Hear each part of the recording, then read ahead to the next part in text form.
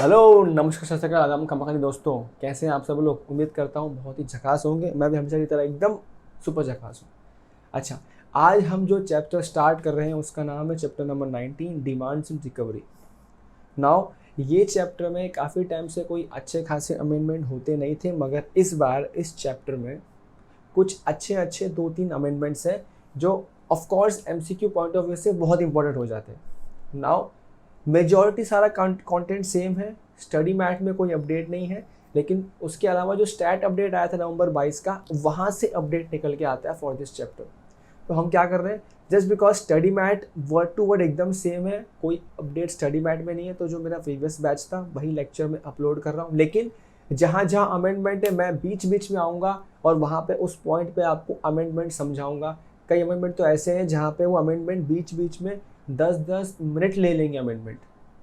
तो जनाब, अगर आपने पूरा पुराना प्रोविजन नहीं सीखा है तो नया अमेंडमेंट समझ में कैसे आएगा। इसके लिए लेक्चर पूरा देखना, बीच बीच में जहाँ पे आऊँ वहाँ पे एक्स्ट्रा ध्यान देना। और इसी के साथ करते हैं शुरू हमारा लेक्चर। थोड़ी देर में दोबारा मिलूंगा इसी कपड़ों में, तब आऊँगा अमेंडमेंट को लेके बीच बीच में। ठीक है, 3 अच्छे खासे अमेंडमेंट है। ठीक है, चलिए मिलते हैं, तब तक के लिए सी या सुन। फिलहाल आज हम स्टार्ट करने जा रहे हैं एक और इंटरेस्टिंग चैप्टर जिसका नाम है demands and recovery. This is also one of those chapter जिसमें बच्चे ज़्यादा इंटरेस्ट नहीं लेते हैं और यहाँ तक पहुँचते ही नहीं हैं जब वो सेल्फ स्टडी करते हैं। तो अर्लियर हमने प्लान किया था कि जब हम जो सीरीज़ बना रहे हैं जीएसटी वाला, इसमें हम भी ये सब जो लास्ट के चैप्टर्स हैं इतना कवरेज पे ध्यान नहीं देंगे। But seeing the recent trends of ICAI we have decided कि भले ही ये सीरीज़ फ्री ऑफ कॉस्ट हो, we should do justice with the subject, and therefore we are also doing these chapters which are towards the end of your syllabus. Okay, without wasting any time, let's get started. Chapter number 19. Now अब मैं ये क्यों कहता हूँ कि ये topic interesting है। ये टॉपिक इंटरेस्टिंग है ना कि सिर्फ सिलेबस पॉइंट ऑफ व्यू से, but also from real life point of view से। कैसे? अगर आप GST में प्रैक्टिस करने का प्लान कर रहे हैं, या फिर आप किसी CA फर्म में जॉब करने का प्लान कर रहे हैं, या फिर आप किसी कंपनी में एज अ टैक्स ऑफिसर काम करने का प्लान कर रहे हैं, अंडर ऑल द 3 सर्कमस्टेंसेज आपके ऊपर किस किस केस में डिपार्टमेंट वाले, स्पेशली GST डिपार्टमेंट वाले डिमांड्स इशू कर सकते हैं, रिकवरी इनिशिएट कर सकते हैं, कब कर सकते हैं, ये सारी चीज़ें। कई बार हम लोग जब कंपनीज़ में होते हैं, फर्म में होते हैं, कुछ गलतियाँ ऐसी होती है जो हमको डे 1 से पता होता है गलती है, लेकिन कई बार उसके कॉन्सिक्वेंसेस पता नहीं होते। तो वो सारे कॉन्सिक्वेंसेस, उनका क्या परिणाम, उनकी पेनल्टीज़ क्या होंगी और किस तरह से डिपार्टमेंट वसूली करेगा, वो सारी बातें हम लोग सीखने वाले हैं इस चैप्टर में जिसका नाम है demands and recoveries. So I hope इतनी बातें काफ़ी है आपको एक ओवरव्यू देने के लिए कि चैप्टर में क्या क्या सीखने वाले हैं। ठीक है, ओके, अब चलते हैं आगे। इंट्रोडक्शन मैंने आपको ऐसे ही समझा दिया। मोटा मोटी GST में जो प्रोविजंस है इस चैप्टर के अंदर, वो 2 चीज़ों के बारे में बात करने वाले हैं। एक, टैक्स इज शॉर्ट पेड या और एरनेसली रिफंडेड और ITC रॉन्गली अवेल्ड। भाई किसी वजह से आपने टैक्स कम पेमेंट किया है, गलती से रिफ़ंड ले लिया है, या ITC को गलत अवेल कर लिया, या फिर आपने नॉन पेमेंट किया है किसका, सेल्फ असेस टैक्स का, और amount collected as representing the tax. अब ये यहाँ वाली जो बातें हैं ना कि टैक्स आपने कम पे किया या डिपार्टमेंट ने गलती से आपको रिफ़ंड दे दिया और आप खा के हजम करके बैठ गए, या ITC रॉन्ग अवेल हुआ, इसकी 2 वजहें हो सकती हैं। पहली वजह कि आपने जेन्युइनली बाय मिस्टेक कर दिया, आपको अंदाज़ा नहीं था, आपको पता नहीं था, आप तो जेन्युइन तरीके से काम कर रहे थे, बट गलती से वो गलती हो गई और टैक्स कम पे किया गया, उसके प्रोविजंस अलग है।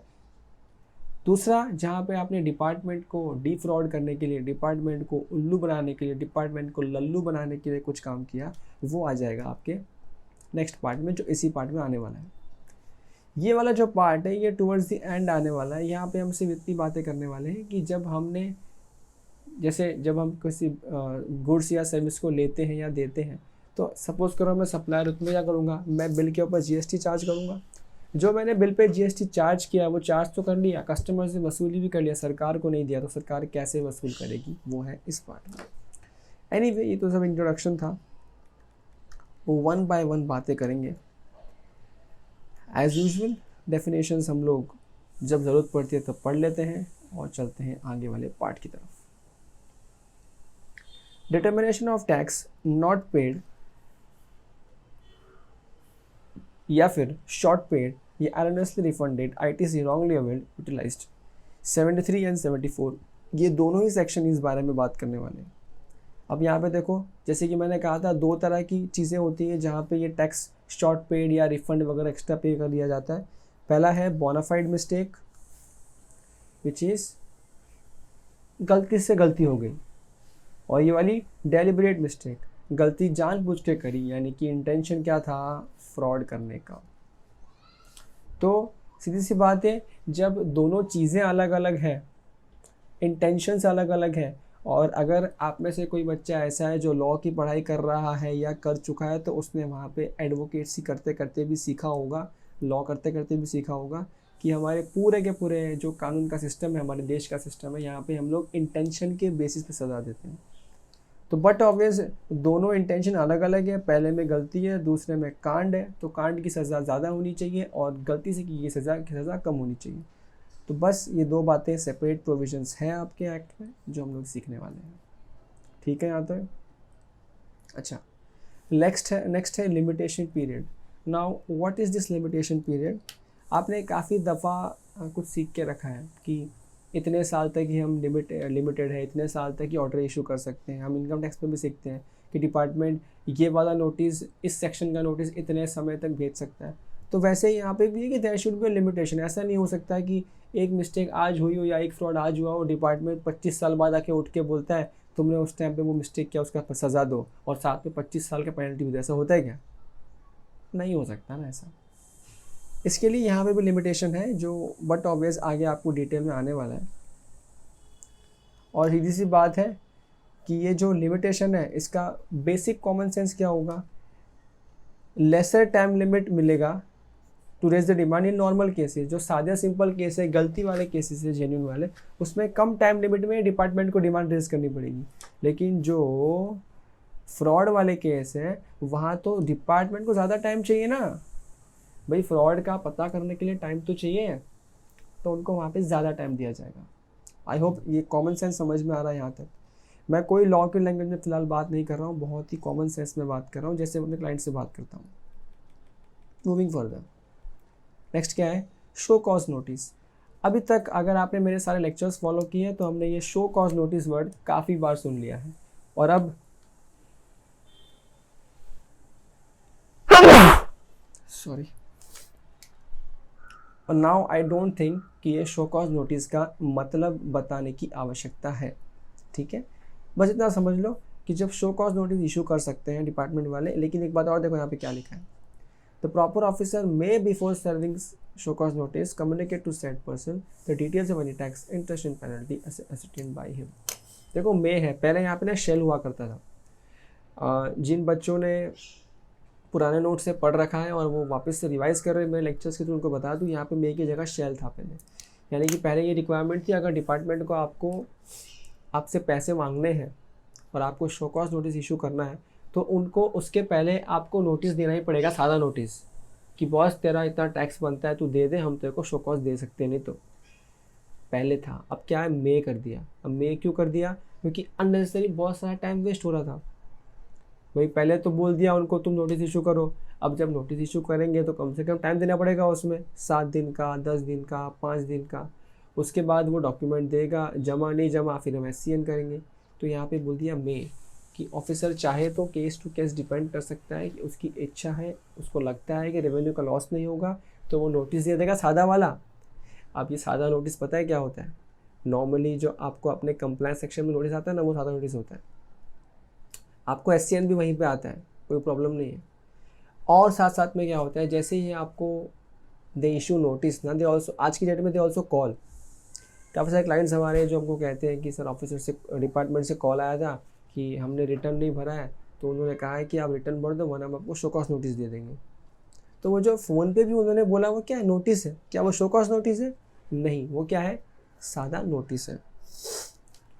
ओके, नेक्स्ट है, जैसे ही शो कॉज नोटिस देंगे, अपॉइंटमेंट ऑफ बेइंग हर्ड देना ही पड़ेगा खुद को डिफेंड करने का।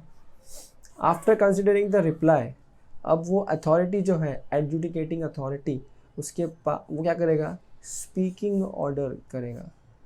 उसमें क्या होगा, या तो टैक्स डिमांड को कंफर्म करेगा या फिर उसको ड्रॉप कर देगा कि नहीं भाई जान दे, ये बंदा बेचारा सच बोल रहा है। अपॉर्चुनिटी ऑफ बिंगर देने के बाद की बात है। फाइन, यहाँ तक होता टाइम पास। अब चलते हैं एक्चुअल प्रोविजन पे, जिस वजह से इस चैप्टर को पढ़ा जा रहा है। The provisions of section 73 and 74 यहाँ पे अब आ जाएंगे। अब देखो, हमेशा आपके पूरे जीएसटी एक्ट में 2 सेक्शन आपको याद रखना है। ये दोनों सेक्शन बहुत इंपॉर्टेंट है, एग्जाम पॉइंट ऑफ व्यू से भी, real life point of view से भी, इंटरव्यू पॉइंट ऑफ व्यू से भी। एक है सेक्शन 73 और एक है सेक्शन 74। कमिंग टू सेक्शन 73 हमेशा याद रखना। देखो मैंने यहाँ पे रेड पेन से क्या लिखा हुआ है, गलती से हो गया भाई, गलती से हो गया, ठीक है। तो 73 इज गलती, 74 4 म्हणजे फ्रॉड, 74 4 म्हणजे फ्रॉड, तो 3 मतलब गलती, 4 मतलब फ्रॉड। ओके, सो यहाँ पे देखो, अगर गलती हुई है तो क्या करेगा, the proper officer shall issue a notice on the person chargeable such tax requiring him to show cause why he should not pay the amount specified in the notice. भाई सिंपल सी बात है, शो कॉज नोटिस दे देगा। Again जैसे कि मैंने कहा, उसकी इच्छा है, वो चाहे तो SCN के पहले ये डिटेल्स कम्युनिकेट कर सकता है कि भाई मैं तेरे को SCN देने वाला हूँ, तेरा टैक्स इंटरेस्ट इतना इतना बनता है। अच्छा, अब ऐसे केसेस में इंटरेस्ट क्या बनने वाला है, 18% पर एनम। और याद रहे, ये अपन ने प्रीवियस चैप्टर में सीख रखा है, यहाँ पे जो GST में इंटरेस्ट होता है वो पर डे बेसिस होता है, ठीक है, हमेशा 18% पर एनम के हिसाब से। नाउ आती है यहाँ पे टाइम लिमिट। टाइम लिमिट समझने का तरीका बड़ा उम्दा है, ध्यान से समझना, मज़ा आ जाएगा। लॉ की लैंग्वेज को पढ़ना, उससे ज़्यादा उसको समझना, और समझने के बाद उसको क्रैक करके 4 लोगों के सामने बताना, देख लॉ की भाषा मेरे को समझ गया, इसका एक अपना मज़ा है, ठीक है। हम तो जब पढ़ते थे हम तो ऐसे ही पढ़ते थे, तुमको जिसको जो कमेंट करना है कर दियो, ठीक है। हम तो ऐसे ही पढ़ते थे कि लॉ ऐसा पढ़ो और पढ़ने के बाद ऐसा समझो कि जब दूसरे को समझाए तो वो सोचे वाह क्या लॉ समझा है।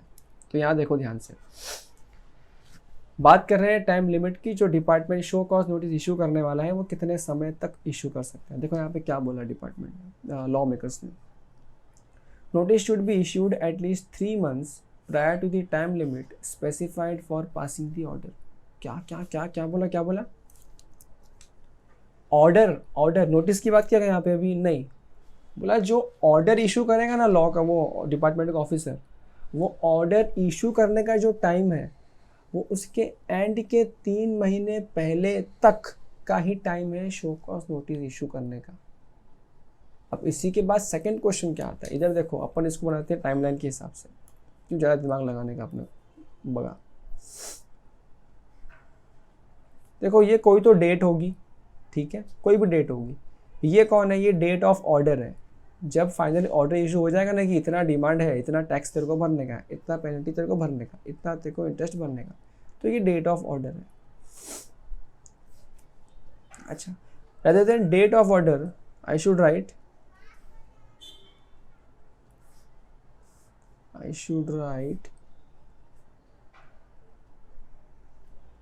ड्यू डेट ऑफ ऑर्डर, कि भाई ऑर्डर कब तक इशू कर सकते हैं, है ना। इस डेट से यहाँ पे 3 महीने पहले, यानी कि यहाँ तक आपको शो कॉज नोटिस इशू करना पड़ेगा। अच्छा, अगर ये दिन ख़त्म हो गया और अगर ये पीरियड स्टार्ट हो गया, तो शो कॉज नोटिस इशू कर सकते नहीं है। यहाँ तक समझ में आया क्या?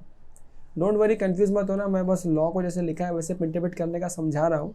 एट लास्ट बताऊंगा समरी 2 मिनट के अंदर कि क्या है इसका पूरा मतलब, ठीक है। जैसे ही मैं ये चीज़ पढ़ता हूँ, नेक्स्ट क्वेश्चन आता है कि सर ये ड्यू डेट क्या है ऑर्डर का, तो वो देखो वो नीचे लिखा है, ऑर्डर का ड्यू डेट है within 3 years from the due date of annual return या फिर from the date of erroneous refund, ठीक है। क्या होगा केस के अंदर, या तो आपको गलती से एक्स्ट्रा रिफंड दे दिया होगा, तो उस दिन से 3 साल के अंदर अंदर ऑर्डर इशू होना चाहिए, ऑर्डर।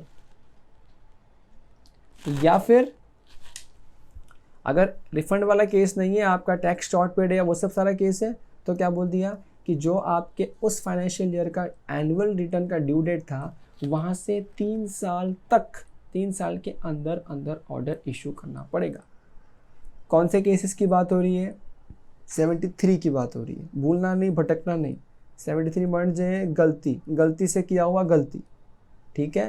तो टाइम लिमिट क्या है उसका? 3 साल के अंदर ऑर्डर देना पड़ेगा। और देखो ऊपर क्या लिखा था कि जो ऑर्डर देने का आखिरी तारीख है उसके 3 महीने पहले तक तो नोटिस देना पड़ेगा। इसका मतलब कहना इससे कि जो एनुअल रिटर्न है वहाँ से 2 साल और 9 महीने के अंदर अंदर शो कॉज नोटिस देना पड़ेगा। समझू कि नहीं? ये देखो, सपोज ये जो है ये डेट है, this is due date of annual filing. क्या बोला डिपार्टमेंट ने कि यहाँ से लेके ये पूरा पीरियड, ये कितना हो सकता है? मैक्सिमम 3 साल। और ये बोलता है कि 3 महीने पहले आपको इशू करना पड़ेगा शो कॉज। तो कहना है से टाइम कितना बचा ये वाला? This is 2 years and 9 months। इतने टाइम में नोटिस इशू नहीं किया from the date of filing या फिर रिफंड, तो फिर आप you can not issue show cause notice. I hope समझ में आया पूरा लॉ का इंटरप्रिटेशन, ठीक है। अब आप जब किसी की समरी बुक खोलोगे ना तो ये सीधा आपको ये चार्ट मिलेगा, सीधा ये चार्ट मिलेगा, और सीधा ये चार्ट से कहानी समझ पल्ले नहीं पड़ने वाली है, क्योंकि जब एमसीक्यू कुछ इस पार्ट में से पूछ लेंगे ना, पब्लिक आंसर नहीं दे पाएगा, ठीक है। अब इसको पढ़ने के बाद अब जब समरी पढ़ोगे हमेशा तो वो समरी अपने आप लिंक हो जाएगा ओरिजिनल पार्ट से, लेकिन पब्लिक पूरा पढ़े बिना ही समरी पढ़ेगा तो कैसे समझेगा? ओके तो कोई ये चीज़ दोबारा इन्होंने यहाँ पे लिखा है, the time limit of issues of show cause notice is 2 years and 9 months। ठीक है यहाँ तक? ओके अब देखो यहाँ पे मजे वाली बात, if such person commits such default in some other period also, instead of issuing a detailed notice, a mere statement containing the detail of tax not paid can be issued। अरे बाबा simple सी कहानी है, हम जिस period के लिए issue कर रहे हैं, जिस फाइनेंशियल ईयर के लिए इशू कर रहे हैं, उसी के कुछ टाइम पहले का या उससे अगले कुछ पीरियड का भी कुछ तो कांड मिला है, कुछ तो गलतियाँ मिली है। तो क्या मैं हर गलती के हर फाइनेंशियल ईयर के लिए सेपरेट चिट्ठी टाइप को बड़ा चिट्ठी भेजूँ? नहीं। तो डिपार्टमेंट ऑफिस लॉ में किसने क्या बोला कि जो आपने एक बार नोटिस टाइप किया ना पूरा, वो वैसे ही रखो और साथ में एक स्टेटमेंट लगा दो, हर साल का जो आपका बाकी पड़ा है ड्यूज इतना इतना तेरा बनता है पहले का भी। तो ये तो सिंपल सा लॉजिकल है कि वरना तो it will become big love letter. और लेटर एक ही बार लिखो और साथ में लगा दो statement which would contain all the details. अच्छा यहाँ तक ठीक है। अब तक हमने क्या सीखा सेक्शन 73 के अंदर? 73 गलती है और वो गलती के बाद में भी क्या है, आपको जो ऑर्डर इशू करना है 3 साल में कहता है, नोटिस देना 2 साल 9 महीने के अंदर अंदर नोटिस देना। नाउ अपन ने जो बात की थी ना कि ऑफिसर के पास पावर है, उसकी मर्जी है कि वो शो कॉज नोटिस के पर क्या इशू कर सकते हैं, he can also issue a सादा नोटिस। वो सादा नोटिस या जो आपको कॉल करके बोलेगा भाई तेरा टैक्स बनता है तू भर दे वरना तेरे को शो कॉज दे देंगे।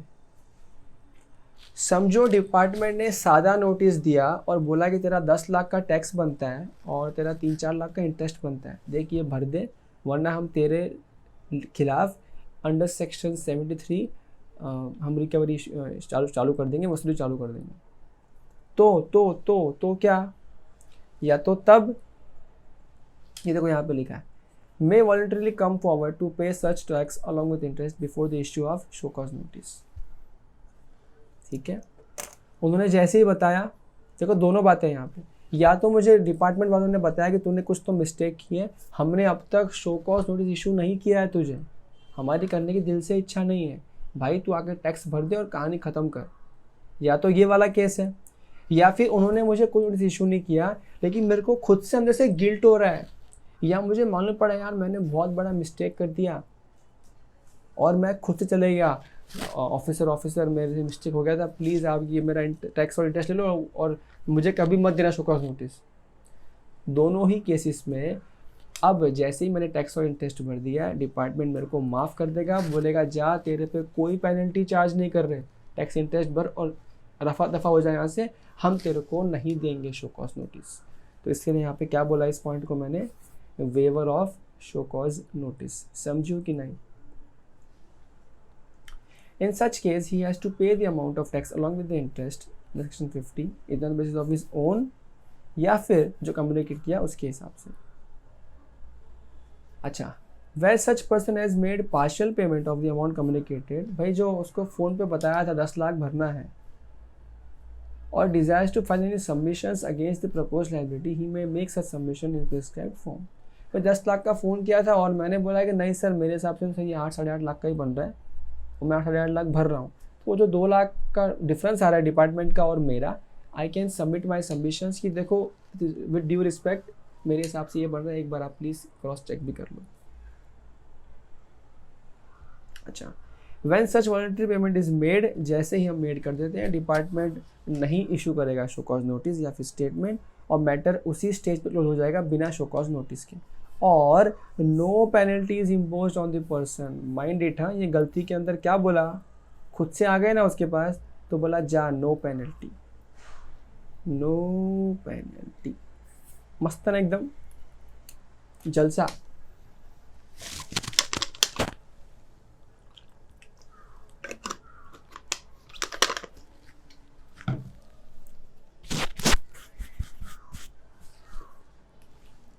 Sorry, okay. लेकिन एक बात और ध्यान रहे, the option of paying tax and interest before issuance of show cause notice so as to avoid issuance of show cause notice and penalties available in only those cases where tax has not been paid or short paid। गलती से देखो यहाँ पे लिखा है मैंने short में, fraud या जानबूझ के मस्ती करना, गलती से नहीं जानबूझ के फ्रॉड करना, उस सब केसेस में क्या बोला, नॉट अवेलेबल। ये जो ऑप्शन है पेनल्टी माफ़ी का वो उनको नहीं मिलेगा। अच्छा, अब उनको क्या पेनल्टी लगेगी वो सेक्शंस 74 में पढ़ेंगे अपन, ठीक है। बस ये ध्यान रहे कि फ्रॉड किया है तो पेनल्टी तो देनी पड़ेगी। ओके, अब देखो एक मज़े वाली बात है, अगर यहाँ तक लिंक हो गया तो आगे समझो मज़ा आएगा। Payment of tax after issuance of show cause notice. फ़र्ज़ करो डिपार्टमेंट ने मुझे या तो कॉल किया या तो नोटिस भेजा या तो नहीं भेजा, लेकिन उन्होंने मुझे शो कॉज नोटिस भेज दिया। अब क्या मुझे, अब तो मुझे कांपना चाहिए, क्योंकि जब शो कॉज नोटिस आएगा तो याद रखना शो कॉज का मतलब ये है कि साथ में पेनल्टी भी आएगा फिर तो, क्योंकि शो कॉज किस में भेजेंगे, अंडर सेक्शन 73, और 73 में पावर है ऑफिसर के पास, साथ में पेनलाइज भी करेंगे। अब ध्यान से आएगा, जैसे ही शो कॉज नोटिस आया, मैं टैक्स पेयर के पास ऑप्शन है कि 30 दिन के अंदर अंदर चुपचाप जाके मैं टैक्स और इंटरेस्ट भर दूं और बोलूँ सर माफ़ करो, और जैसे ही मैं ये करूँगा 30 दिन के अंदर अंदर तो मेरे पे पेनल्टी वेनल्टी चार्ज नहीं किया जाएगा और मेरे को माफ़ कर दिया जाएगा 30 दिन के अंदर अंदर। मतलब जो मौका शो कॉज इशू करने के पहले दिया था ना डिपार्टमेंट ने, वो इशू करने के बाद भी 30 दिन तक लॉ ने दे के रखा है। देखो ध्यान से देखो क्या लिखा है, where such person pays the tax demanded along with interest payable under section 50 within 30 days of issue of show cause notice, no penalty shall be payable and all proceedings in respect of the said notice shall be deemed to be, हो गया concluded, खत्म हो गया proceedings।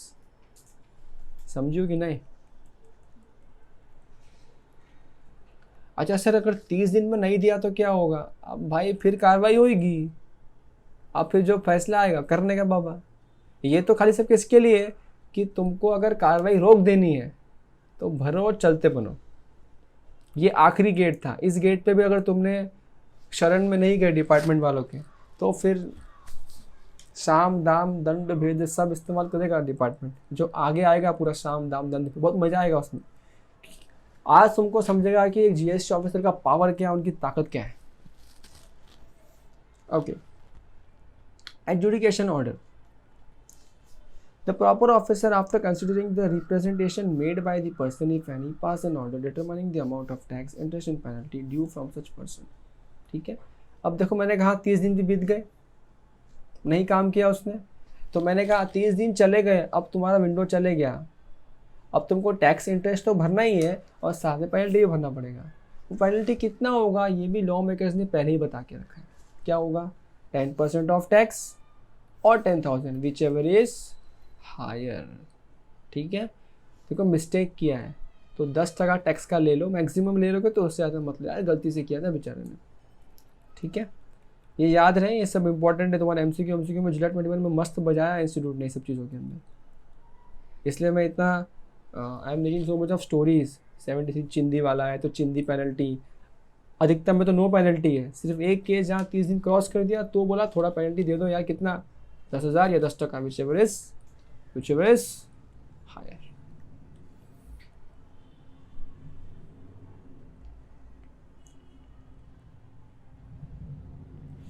अच्छा, the quantum of penalty will remain same whether the tax amount along with interest is paid within 30 days of the communication of the order or after 30 days। Simple सी कहानी है कि पेनल्टी तो change नहीं होगा, अब बाद में भाई सेम रहेगा पेनल्टी पे।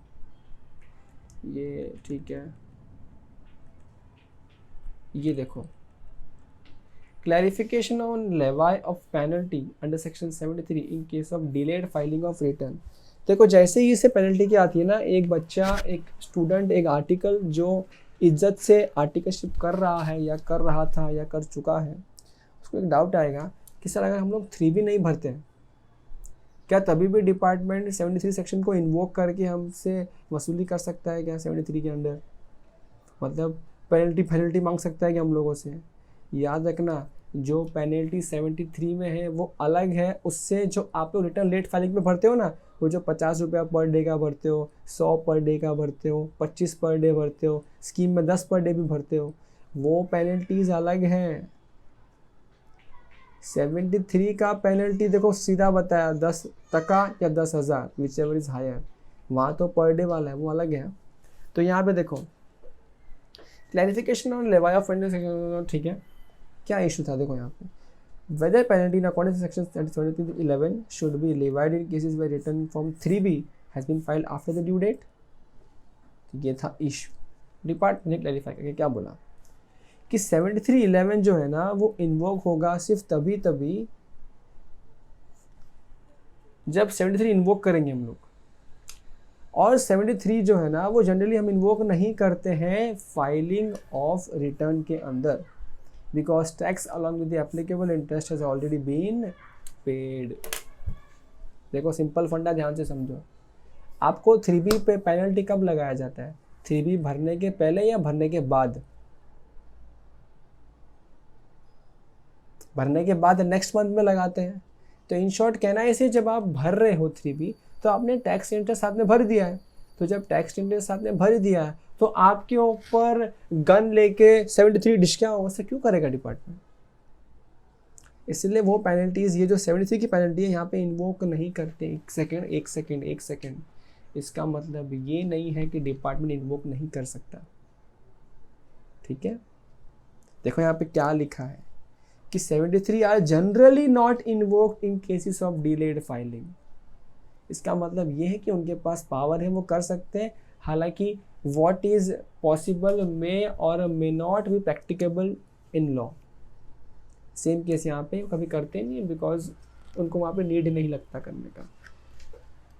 सो क्लैरिफाई कर दिया है कि वो सब नहीं होगी, लेकिन it is accordingly clarified that penalty under provision of section 71 not payable in such cases। It is further clarified that since the tax has been paid late in contravention of the provision of CGST Act, a general penalty under section 125 may be imposed। याद है general penalty, वो 50 per day, 100 per day, वो सब तो charge करेंगे, वो बता दिया कि ऐसा ना हो कि वो सोचे पेनल्टी लेगा ही नहीं अब तो हमसे। कितना खूबसूरती से कानून को बनाती है देखो अपनी सरकार। अच्छा, नेक्स्ट क्या है? Adjudication order. ये हम ऑलरेडी ऊपर ही सीख चुके हैं कि जो ऑर्डर है कब तक इशू होना चाहिए इस केस में, विद इन 3 years। ठीक है, अच्छा ये सब क्या था अभी तक? सेक्शन 73। अब आते हैं सेक्शन 74 पे। 74 मर्जे फ्रॉड। देखो क्या लिखा है इधर, कांड किया है भाई, कांड किया है, सजा तो मिलेगी। अब देखो यहाँ पे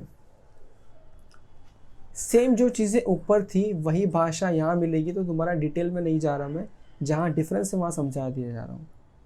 अगेन यहाँ भी सेम बात है, वो चाहे तो शो कॉज नोटिस के पहले एक सादा नोटिस भी इशू कर सकते हैं। यहाँ पे टाइम लिमिट क्या है, मैंने कहा कांड बड़ा है तो टाइम लिमिट क्या है, जो आपका पूरा का पूरा ऑर्डर है वो विद इन 5 इशू हो जाना चाहिए। 5 ईयर कहाँ से, एनुअल फाइलिंग की डेट से, रिटर्न की ड्यू डेट से, या फिर अर्नर्स रिफंड की डेट से। यहाँ से 5 साल के अंदर हो जाना चाहिए। और नोटिस कब तक इशू हो जाना चाहिए, इसके 6 महीने पहले, यानी कि 4 साल और 6 महीने के अंदर अंदर नोटिस इशू हो जाना चाहिए। समझो, हम इन डेप्थ आगे कर चुके हैं बात, इसलिए मैं दोबारा नहीं बता रहा। अच्छा देखो, जैसे वहाँ पे ऑप्शन था waiver of show cause notice का एंड वेवर ऑफ पेनल्टी का, ऐसा ऑप्शन यहाँ पे हो नहीं सकता बिकॉज यहाँ पे आपने कांड किए, जानबूझ के कांड किए। देखो यहाँ पे क्या है इसके लिए, यहाँ पे है रिड्यूस्ड पेनल्टी है यहाँ पे। अब रिड्यूस पेनल्टी क्या है, ध्यान से देखो।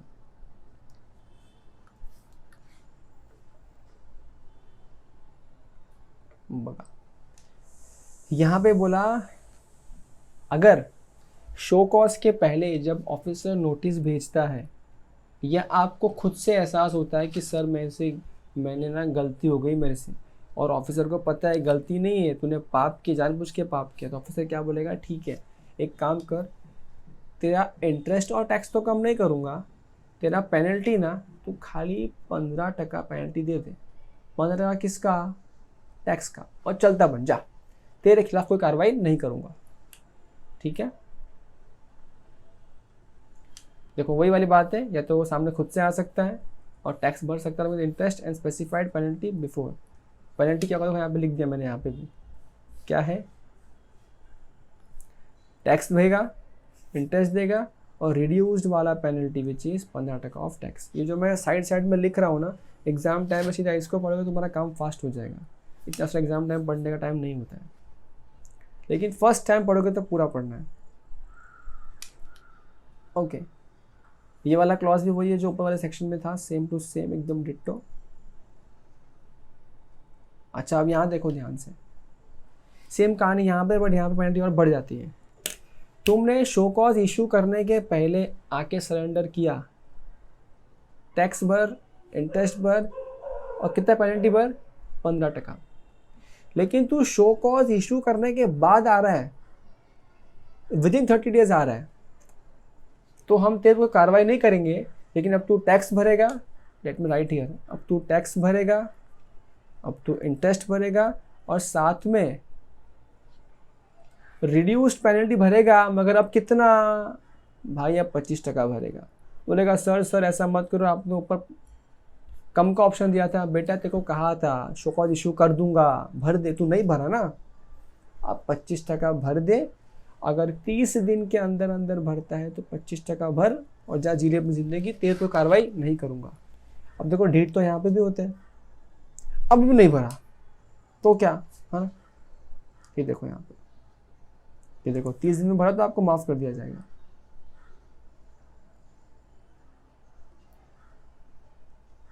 अब ये देखो, where any person served with an adjudication order pays the tax along with interest payable thereon under section 50 and a penalty equal to 50% of such tax within 30 days of the execution of the order, all proceedings in respect of the said notice shall be deemed to be concluded।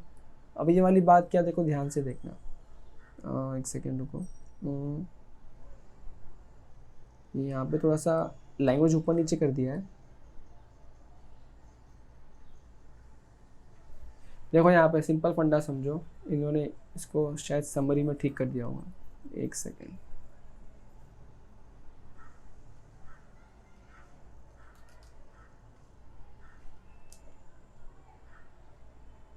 ये रहा fraud case,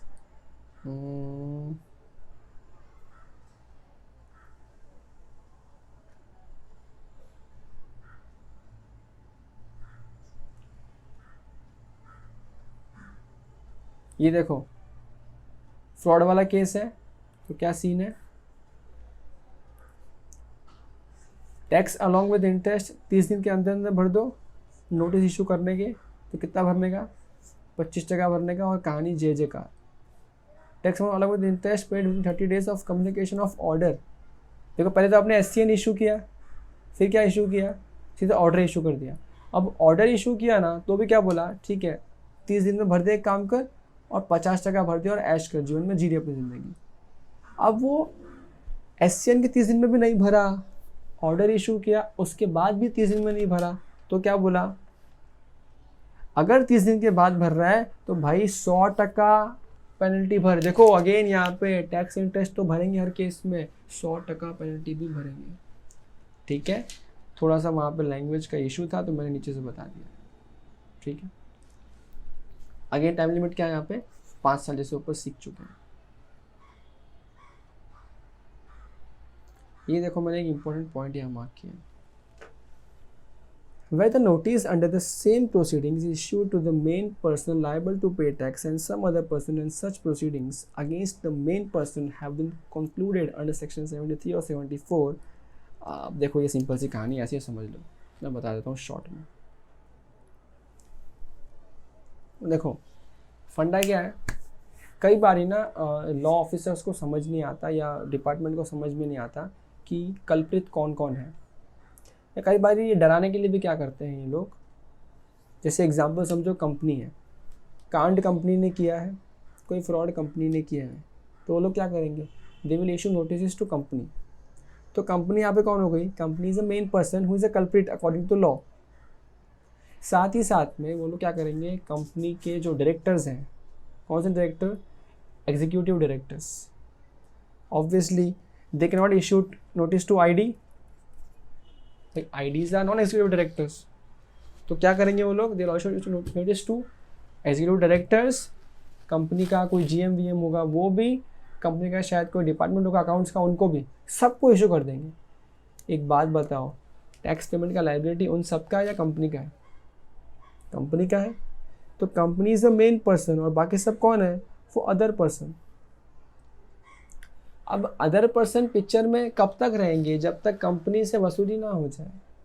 तो ये point आपको सिर्फ इतना बताना चाह रहा है कि जैसे ही कंपनी अपने सब चीज़ें सबमिट कर देती है, टैक्स वैक्स भर देती है और डिपार्टमेंट कंपनी को फ्री कर देता है कि ठीक है आज से तू आज़ाद है, उसी दिन से और जिनको साथ में नोटिस दिया गया था कंपनी के साथ साथ में, वो भी आज़ाद हो जाएंगे बाय डिफ़ॉल्ट। हर किसी की आज़ादी का डिपार्टमेंट वाले सेपरेट नोटिस इशू नहीं करेंगे, मेन पर्सन को छुट्टा कर दिया है, बाकी बंदे बच्चे लोग अपने आप छुट्टे हो जाएंगे। इसका कहने का मतलब ये है, सिंपल आसान भाषा में, समझियो कि नहीं।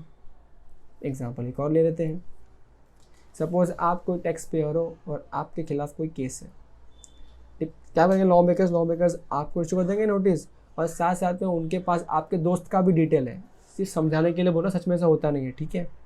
उनके पास में आपका दोस्त का भी नंबर है, तो वो उसको भी फ़ोन कर देंगे कि तेरी वो दोस्त दीपा नहीं भर रही है, दीपा तेरी खास दोस्त है, तो एक काम कर तू टैक्स भर उसका, या उसको बोल टैक्स भरे हमको। तो जिस दिन तुमने यानी कि दीपा ने जिस दिन सबके सब टैक्स पेमेंट्स कर दी है तुम्हारे, या तो टैक्स पेमेंट कर दी है या साबित कर दे कि टैक्स पेमेंट था ही नहीं करना, इन दैट केस आप हो गए वहाँ से आज़ाद। तो जिस दिन आप वहाँ से आज़ाद हो गए, आपका दोस्त भी बाय डिफ़ॉल्ट आज़ाद हो चुका है, ठीक है क्या। ये एग्जाम्पल एक हाइपरबोली था समझाने के लिए, इसको एग्जाम में कोट मत कर दियो, मार्क्स कट जाएंगे तो मेरी जवाबदारी नहीं। हाँ जी रुको, थांबा, इकड़ेच थांबा और ध्यान से सुनो। अब यहाँ पे कुछ अमेंडमेंट है अच्छा खासा। मई 22 के शीट में कोई अमेंडमेंट नहीं है इस चैप्टर को लेके, नवंबर 22 के स्टैट अपडेट में एक अपडेट आया निकल के, अमेंडमेंट आया अच्छा खासा निकल के। तो पहली बात ध्यान से देखो, हमने यहाँ पे क्या सीखा, जो ये वाला पॉइंट है ना, ये वाला पॉइंट, ये तो मैंने आपको अच्छे से समझा दिया लेक्चर में, क्योंकि उसके पहले के पॉइंट्स पहले इंपॉर्टेंट नहीं थे। अब ध्यान से सुनो, ये पहले के पॉइंट का मतलब पहले समझो, जो पहले था उसका पहले का पॉइंट का मतलब तो पहले समझो, उसके बाद आगे चलते हैं। तो ये क्या कहना चाह रहे हैं कि अगर कोई नोटिस ऐसा है जो सेम प्रोसीडिंग्स के अंदर इशू हुआ था, या तो मेन पर्सन को या किसी अदर पर्सन को, और ऐसा proceeding against the main person conclude हो गया है, या तो सेक्शन 73 में या सेक्शन 74 में कंक्लूड हो गया है, फैसला हो गया है, तो जितने भी पर्सन या वो मेन पर्सन जो भी एसोसिएटेड है पेनल्टी वगैरह भरने के लिए, उन सभी पर्सन को टू पे पेनल्टी अंडर सेक्शन 122, 125, 129 और 130 ये डीम्ड है, मतलब इन सभी सेक्शंस में भी अगर इंक्वायरी शुरू हुआ होगा तो ये डीम्ड है कि अगर 74 में प्रोसीडिंग्स कंक्लूड हो गया है तो ये मान लेंगे कि उन सब में भी डीम्ड टू बी कंक्लूडेड, मतलब वहाँ पे कंक्लूडेड हो गया है। ये था पहले का प्रोविजन। अब क्या हुआ, अब हुआ है बंटवारा, अब हुआ है डिवाइड एंड रूल, अब हुआ है छाटम छाटी। देखो यहाँ पे ध्यान से चलते हैं आपके अमेंडमेंट के ऊपर। थोड़ा सा लंबा अमेंडमेंट है, आराम से सीट की पेटी बांध के बैठ जाइए और समझिए, कोशिश कीजिए समझने की। ओके, ये देखो ध्यान से, proceeding under section 129 and 130 delinked from proceeding under section 73 and 74। अब देखो 129 और 130 को अलग कर दिया गया है 73 74 से, मतलब देखो यहाँ पे ये जो 129 था और 130 था, इसको अलग कर दिया गया इस प्रोविजन से। तो यहाँ पे देखो उसका इम्पैक्ट क्या बनेगा, देखो मज़ा आएगा। देखो अब अगर आपको जानना है कि ये सेक्शंस थे कौन से, देखो ये लाइन सेम सिमिलर लाइन है कि 73 74 में अगर का कंक्लूड हो गया है तो मान लेंगे कि डीम टू कंक्लूड हो गया। ये पहली लाइन, देखो क्या था, 122 क्या था, it was penalty for specified offences. 125 क्या था, जनरल पेनल्टी।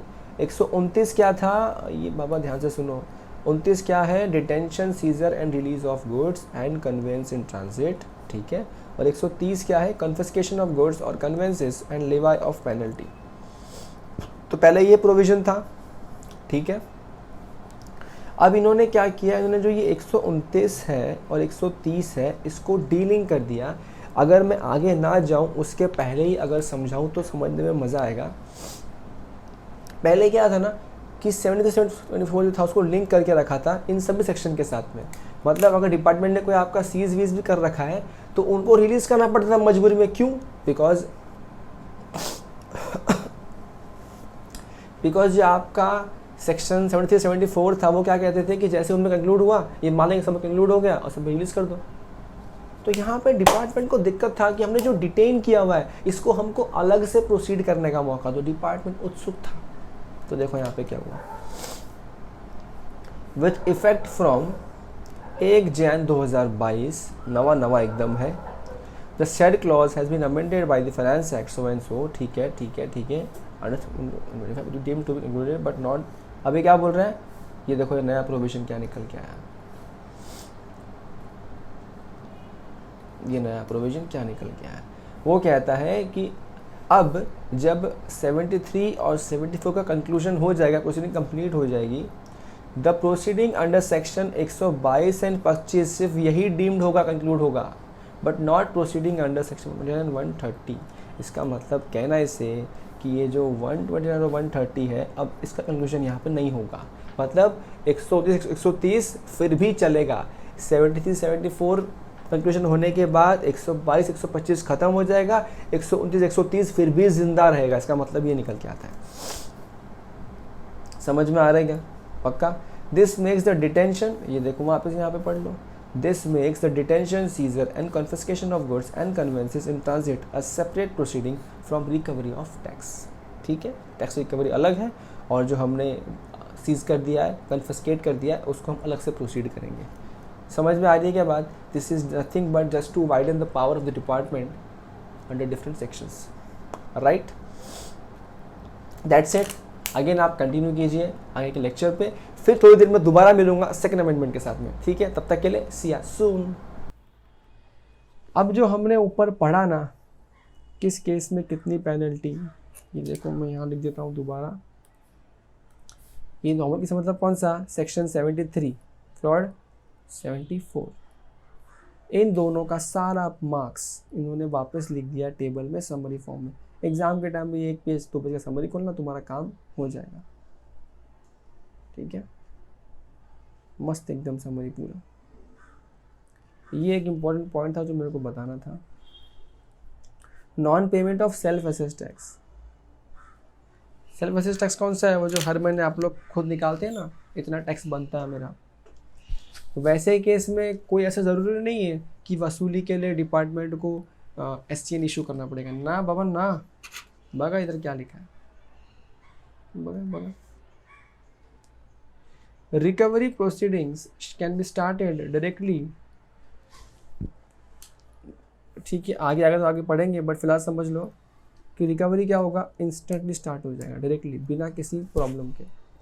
जैसे आप करके देखना ऐसा, आप कोई बड़े बड़े सेल परचेज कर लो, मत करो सेल्फ असेस टैक्स पेमेंट। हमारे जीएसटी के सिस्टम में सेल्फ असेस टैक्स पेमेंट कहाँ पे होता है, 3B में होता है। मत भरो 3B, कॉल आ जाएंगे आपको, सर आपका नंबर कैंसिल कर देंगे सर, आप टैक्स भर दो जरा। अच्छा सर अभी भी नहीं भरा, 2 महीने से नहीं भरा, आपका ई-वे बिल इशू करना बंद करवा देंगे सर, भर दो सर। तो इन दैट केस उनको कोई रिक्वायरमेंट नहीं एससीएन का, वो कभी भी इशू कर सकते हैं। इसका एक चीज़ का एक मतलब और है, अब ये कहीं लिखा नहीं है, और जीएसटी का एक्ट अभी तक भी नया ही है, मैं बता रहा हूँ मेरा इंटरप्रिटेशन का मतलब क्या है। हमने जो ऊपर बातें सीखी, कौन सी बातें, 73 एंड 74, उन बातों के अनुसार वसूली का फाइनल ऑर्डर इशू करने के लिए एससीएन ज़रूरी था। एससीएन के दम पे ही ऑर्डर पास हो रहा था। अगर non payment of self assess tax में एससीएन इशू करने का रिक्वायरमेंट ही नहीं है, मतलब वो जो टाइम लिमिट था ना, लाइन पीरियड था, इतने साल में इशू करना होगा, वो सब तो पॉइंट ही नहीं आएगा। इसका मतलब कहना है ऐसे केस में ऐसा मुझे लग रहा है इसको देख के कि डिपार्टमेंट चाहे तो 5 साल बाद उठ के आके भी बोल सकता है कि 5 साल पहले तूने 10 लाख का सेल किया था, उसका तेरा जीएसटी बनता है 1 लाख 1.5 लाख जो तेरा जीएसटी बनता है उस रेट के हिसाब से, वो 1.5 लाख जीएसटी भर। तो हो सकता है हम उसको सामने डिफरेंट करके क्या बोले कि तूने शो कॉज इशू करना चाहिए था 3 साल में, तो तेरे को फ्रॉड लग रहा है, इशू करना चाहिए था 5 साल में, तूने क्यों इशू नहीं किया। तो वो मुझे ये सेक्शन पढ़वा सकता है, बॉस मैं तेरे से इंटरेस्ट पेनल्टी नहीं मांग रहा हूँ, मैं तेरे से सेल्फ असेस टैक्स मांग रहा हूँ, जो तूने खुद हिसाब किया है वो मांग रहा हूँ, तेरे टैली में पड़ा है वो हिसाब मांग रहा हूँ मैं। तो उसके लिए कोई ऐसी निष्कर्ष की जरूरत नहीं है। अब this is a point of discussion ना, बिकॉज मैं तो बेयर एक्ट पढ़ के मेरे को एक चीज़ समझ में आ रही है, I may be right may be wrong, और एल्स शायद कोई क्लैरिफिकेशन आया हो इसका जो हम फ्यूचर में पढ़ेंगे। ठीक है, not important from exam point of view, तो बस मेरा मन था तो मैंने शेयर कर लिया। अच्छा नेक्स्ट क्या है, monetary limits describe for issuance of show cause notice by different level of officers. भाई कौन सा ऑफिसर कितनी लिमिट के फ्रॉड या कांड के बाद कौन सा ऑफिसर आपको कौन सा नोटिस भेज सकता है, वो यहाँ पे लिखा है। ट्रस्ट में ये एग्जाम पॉइंट से इंपॉर्टेंट ये चीज़ें नहीं हो सकती है, लेकिन ऐसे अगर भरोसा नहीं है तो मैं आपसे रिक्वेस्ट करूँगा, मैंने यहाँ लिखा है JR1 which is just read once. एक बार इन सबको सिर्फ रीड कर लेना, याद तो कभी तंबूरा होने वाला है सब इतना डिटेल में कि कौन सा ऑफिसर कितने करोड़ पे क्या देगा, रीड कर लेना एक बार मन की तसल्ली के लिए।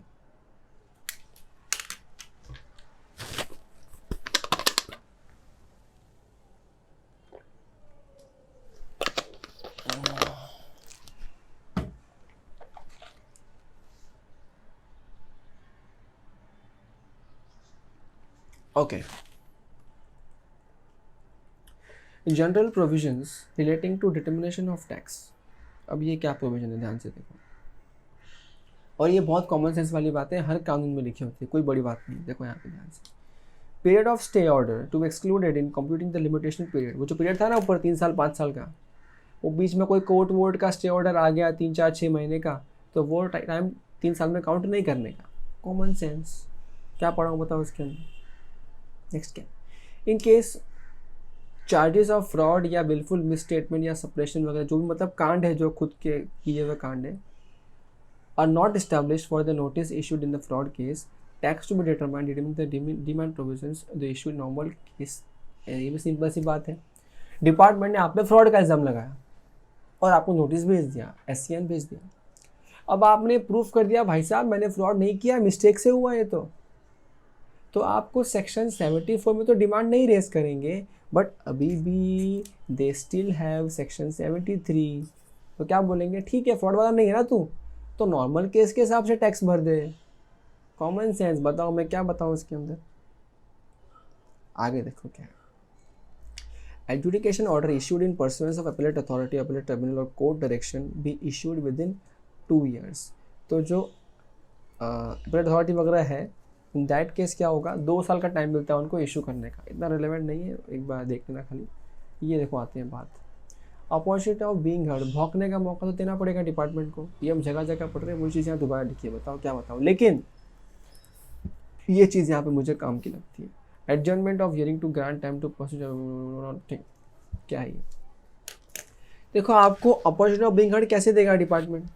आपको नोटिस देगा, तो क्या बोलेगा, आप बताओ हम आपके साथ ऐसा सुलूक क्यों ना करें, हम आपसे टैक्स क्यों ना मांगे, ठीक मांगेगा डिपार्टमेंट। अब क्या होगा, आप अपने CA को हायर करोगे या CMA को हायर करोगे या एडवोकेट को हायर करोगे, वो वहाँ जाएगा आपके साथ या आपके बिना अकेला जाएगा और वहाँ पे बात करेगा। अब आपने इंडिया में सुना, इंडिया में एक स्ट्रक्चर है, तारीख मांग लो, एक और तारीख मांग लो, तारीख पे तारीख, तो क्या बोला, ऐसा जो एडजर्नमेंट करना है ना, अब होता क्या है पता है क्या, you or your representative will go to department and will ask officer कि सर आपने जो चीज़ें कही है वो बहुत बड़ी है और हमारे डॉक्यूमेंट सबमिट करने के लिए हमें थोड़ा और वक्त चाहिए, और 20-25 दिन दे दो। ऑफिसर बोलेगा ठीक है, 25 दिन ज़्यादा होते हैं, ले 15 दिन ले जा। 15 दिन हो गए, फिर तुम पहुँचे, सर अभी और टाइम चाहिए प्लीज़, और 10 दिन दे दो। ऑफिसर में 10 दिन ले ले, तो ऐसा ऑफिसर भी कितनी बार दिन दे सकता है? 3 बार। 3 बार में नहीं देने वाले तो भाड़ में जा, तो कुछ मत दे, हम कर लेंगे जो करना, भाग यहाँ से, ठीक है। तो ये 3 बार जो था ये इंपॉर्टेंट था MCQ के पॉइंट ऑफ व्यू से, बाकी तो काम का कुछ था नहीं। अच्छा और क्या है,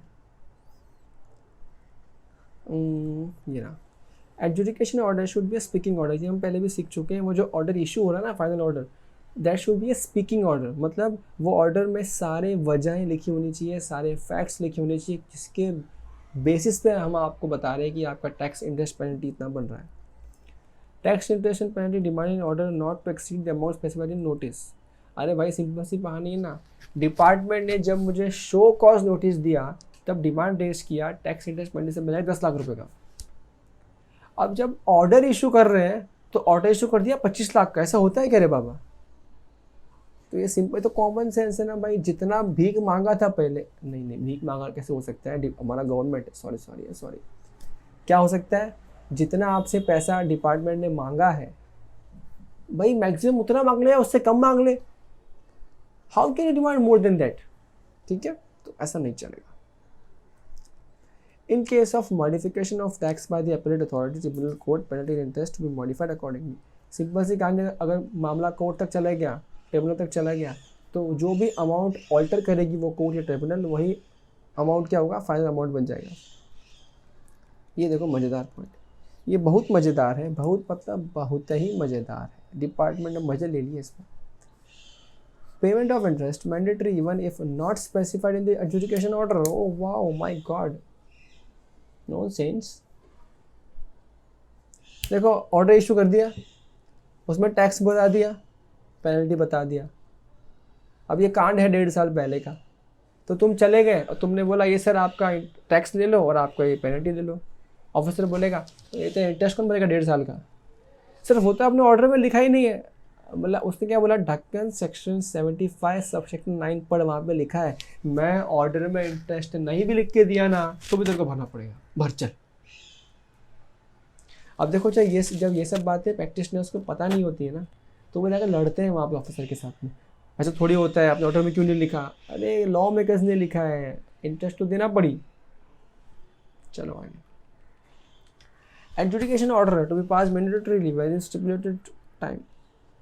आओ ये मस्त पॉइंट है भाई, वो जो ऑर्डर है, जो टाइम दिया आपको ऊपर 3 साल 5 साल, उसके अंदर आपको ऑर्डर देना पड़ेगा। नहीं दिया ना तो मान लेंगे ऑर्डर से इशू हो चुका है, काम खत्म हो चुका है, पैसा टैक्स इंटरेस्ट सब भूल जाओ, जयराम जी की। समझ में आया? अनलाइक अदर एक्ट, यहाँ पे ऐसा नहीं है कि इफ़ SSC को सही लगा तो वो और टाइम दे देगा, 1 साल और दे देगा, कोई एक्सटेंशन नहीं है। 3 साल 5 साल में कर, नहीं तो दफ़ा हो जा, कुछ नहीं, एक पैसा फूटी कौड़ी नहीं मिलेगा, जा। अच्छा, in case of appeal filed by department against prejudicial decision of the appellate authority और appellate tribunal, high court period between the date of decision of the higher authority and the date of lower authority to be. अरे simple सी कहानी है ना बाबा, एक जगह पे फैसला सुनाया, हमने आगे अपील किया और हम लोग केस जीत गए और डिपार्टमेंट हार गया, तो डिपार्टमेंट को मिर्ची लगी, तो डिपार्टमेंट उसके ऊपर चला गया, नहीं नहीं सर गलत हुआ हमारे साथ में। तो जो पहले वाला फैसला आया लोअर वो जो सेशन था वहाँ से लेके जो हायर कोर्ट है जहाँ पे केस चल रहा है, जो फैसला आएगा, वो जो पीरियड है उस पीरियड को हम लोग काउंट नहीं कर सकते आपके वो पीरियड में जो पीरियड था। तो ठीक है, common sense what nonsense. Okay, amount of self assessed tax और interest remaining unpaid to be recovered under section 79। हो गया ना मजेदार एकदम। देखो क्या बोला, 73 74 में जो भी लिखा हो भाड़ में गया, जो भी लिखा हो भाड़ में गया। मतलब वो लिखा था ना कि 3 साल में नहीं ऑर्डर किया तो गया, 5 साल में नहीं आया तो गया, नहीं मिलेगा। वो बोला जो भी वो भाड़ में गया, जो सेल्फ असेस्ड टैक्स है वो तो हम लेके रहेंगे और सेक्शन 79 के अंडर ले लेंगे। 73 74 में लिमिटेशन है 3 साल 5 साल का। 79 क्या बोलता है, जो आपका बाकायदा टैक्स बनता है वो आपको भरना पड़ेगा, डिपार्टमेंट आपसे वसूली करेगा। तो डिपार्टमेंट देखता है मैं 73 का घर निकालूं, 4 का रास्ता बंद हो गया, 79 आजा तेरे से वसूल करूँगा। ठीक है, हाँ जी आ गया मैं फिर से दोबारा आपके लिए कुछ अमेंडमेंट लेके। अच्छा ध्यान से सुनो, अगेन ये वाला अमेंडमेंट इस चैप्टर का सबसे बड़ा अमेंडमेंट है। बहुत सिंपल है, प्योर लॉजिक बहुत सिंपल है, बट अमेंडमेंट है तो पढ़ना तो पड़ेगा, और पढ़ना है तो समझना भी पड़ेगा। तो आ जाइए, देखिए यहाँ पे ध्यान से। अब यहाँ पे आपने क्या सीखा था पहले ज़रा मेरे से बात करो, आप अच्छे से मुझसे दोबारा बात करो। सर दोबारा क्यों बात कर रहे हो? अरे बाबा अमेंडमेंट सीखना तो बात तो करनी पड़ेगी ना। मैंने कहा चलो सर आ जाओ बात करते हैं, आओ इधर देखो ध्यान से। Amount of self assessed tax और interest remaining unpaid to be recovered under section 79। ठीक है कोई बात नहीं। क्या कह रहा था अपन ने, क्या बात किया था कि जो भी 74 में लिखा हो भाड़ में जाए, सेल्फ असेसमेंट टैक्स तो वसूली हो ही जाएगी। सेल्फ असेसमेंट टैक्स आप भरते कहाँ हो, ये मेरा पहला क्वेश्चन है। कहाँ भरते हो बताओ कमेंट सेक्शन में। सेल्फ असेसमेंट टैक्स कहाँ भरा जाता है? सर ये डिपेंड करता है कि आप किस तरह के टैक्स पेयर हो। जैसे अगर आप एक नॉर्मल टैक्स पेयर हो, चाहे आप QRF की स्कीम की हो चाहे नॉर्मल स्कीम की हो, आप टैक्स किस में भरते हो? आप टैक्स भरते हो 3B में। सर अगर आप एक कंपोजिशन डीलर हो तो आप फाइनल टैक्स वगैरह पेमेंट कहाँ पे करते हो? CMP 08 में करते हो, या फिर वो तो एक पार्शियल पेमेंट स्टेटमेंट होता है, बट आप पेमेंट एक्चुअली कहाँ करते हो? GSTR 4 में पूरा हिसाब किताब करते हो। तो वो क्या आपका टैक्स पेमेंट का रिटर्न है। यानी कि हर टैक्स पेयर के हिसाब से उनका रिटर्न अलग है टैक्स पेमेंट करने का, लेकिन जिस रिटर्न में वो टैक्स पेमेंट करते हैं उसको क्या बोलते हैं?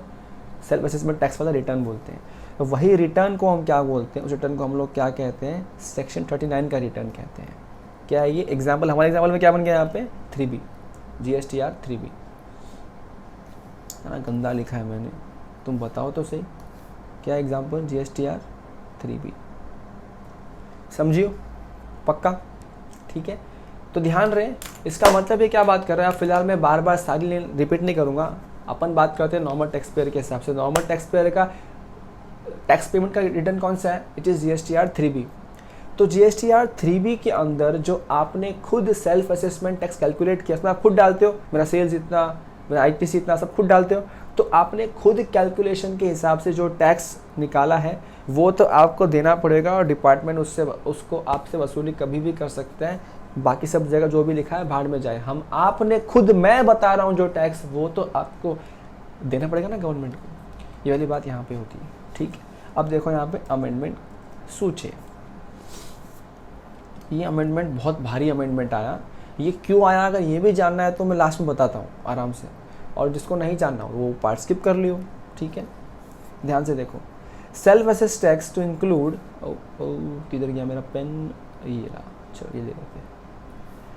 Self assessed tax to include tax payable on outward supplies furnished in GSTR 1 but not included in return under section 39। अब ये क्या है देखो ध्यान से। चलो मैं आपको यहाँ पे समझाने का प्रयास करता हूँ।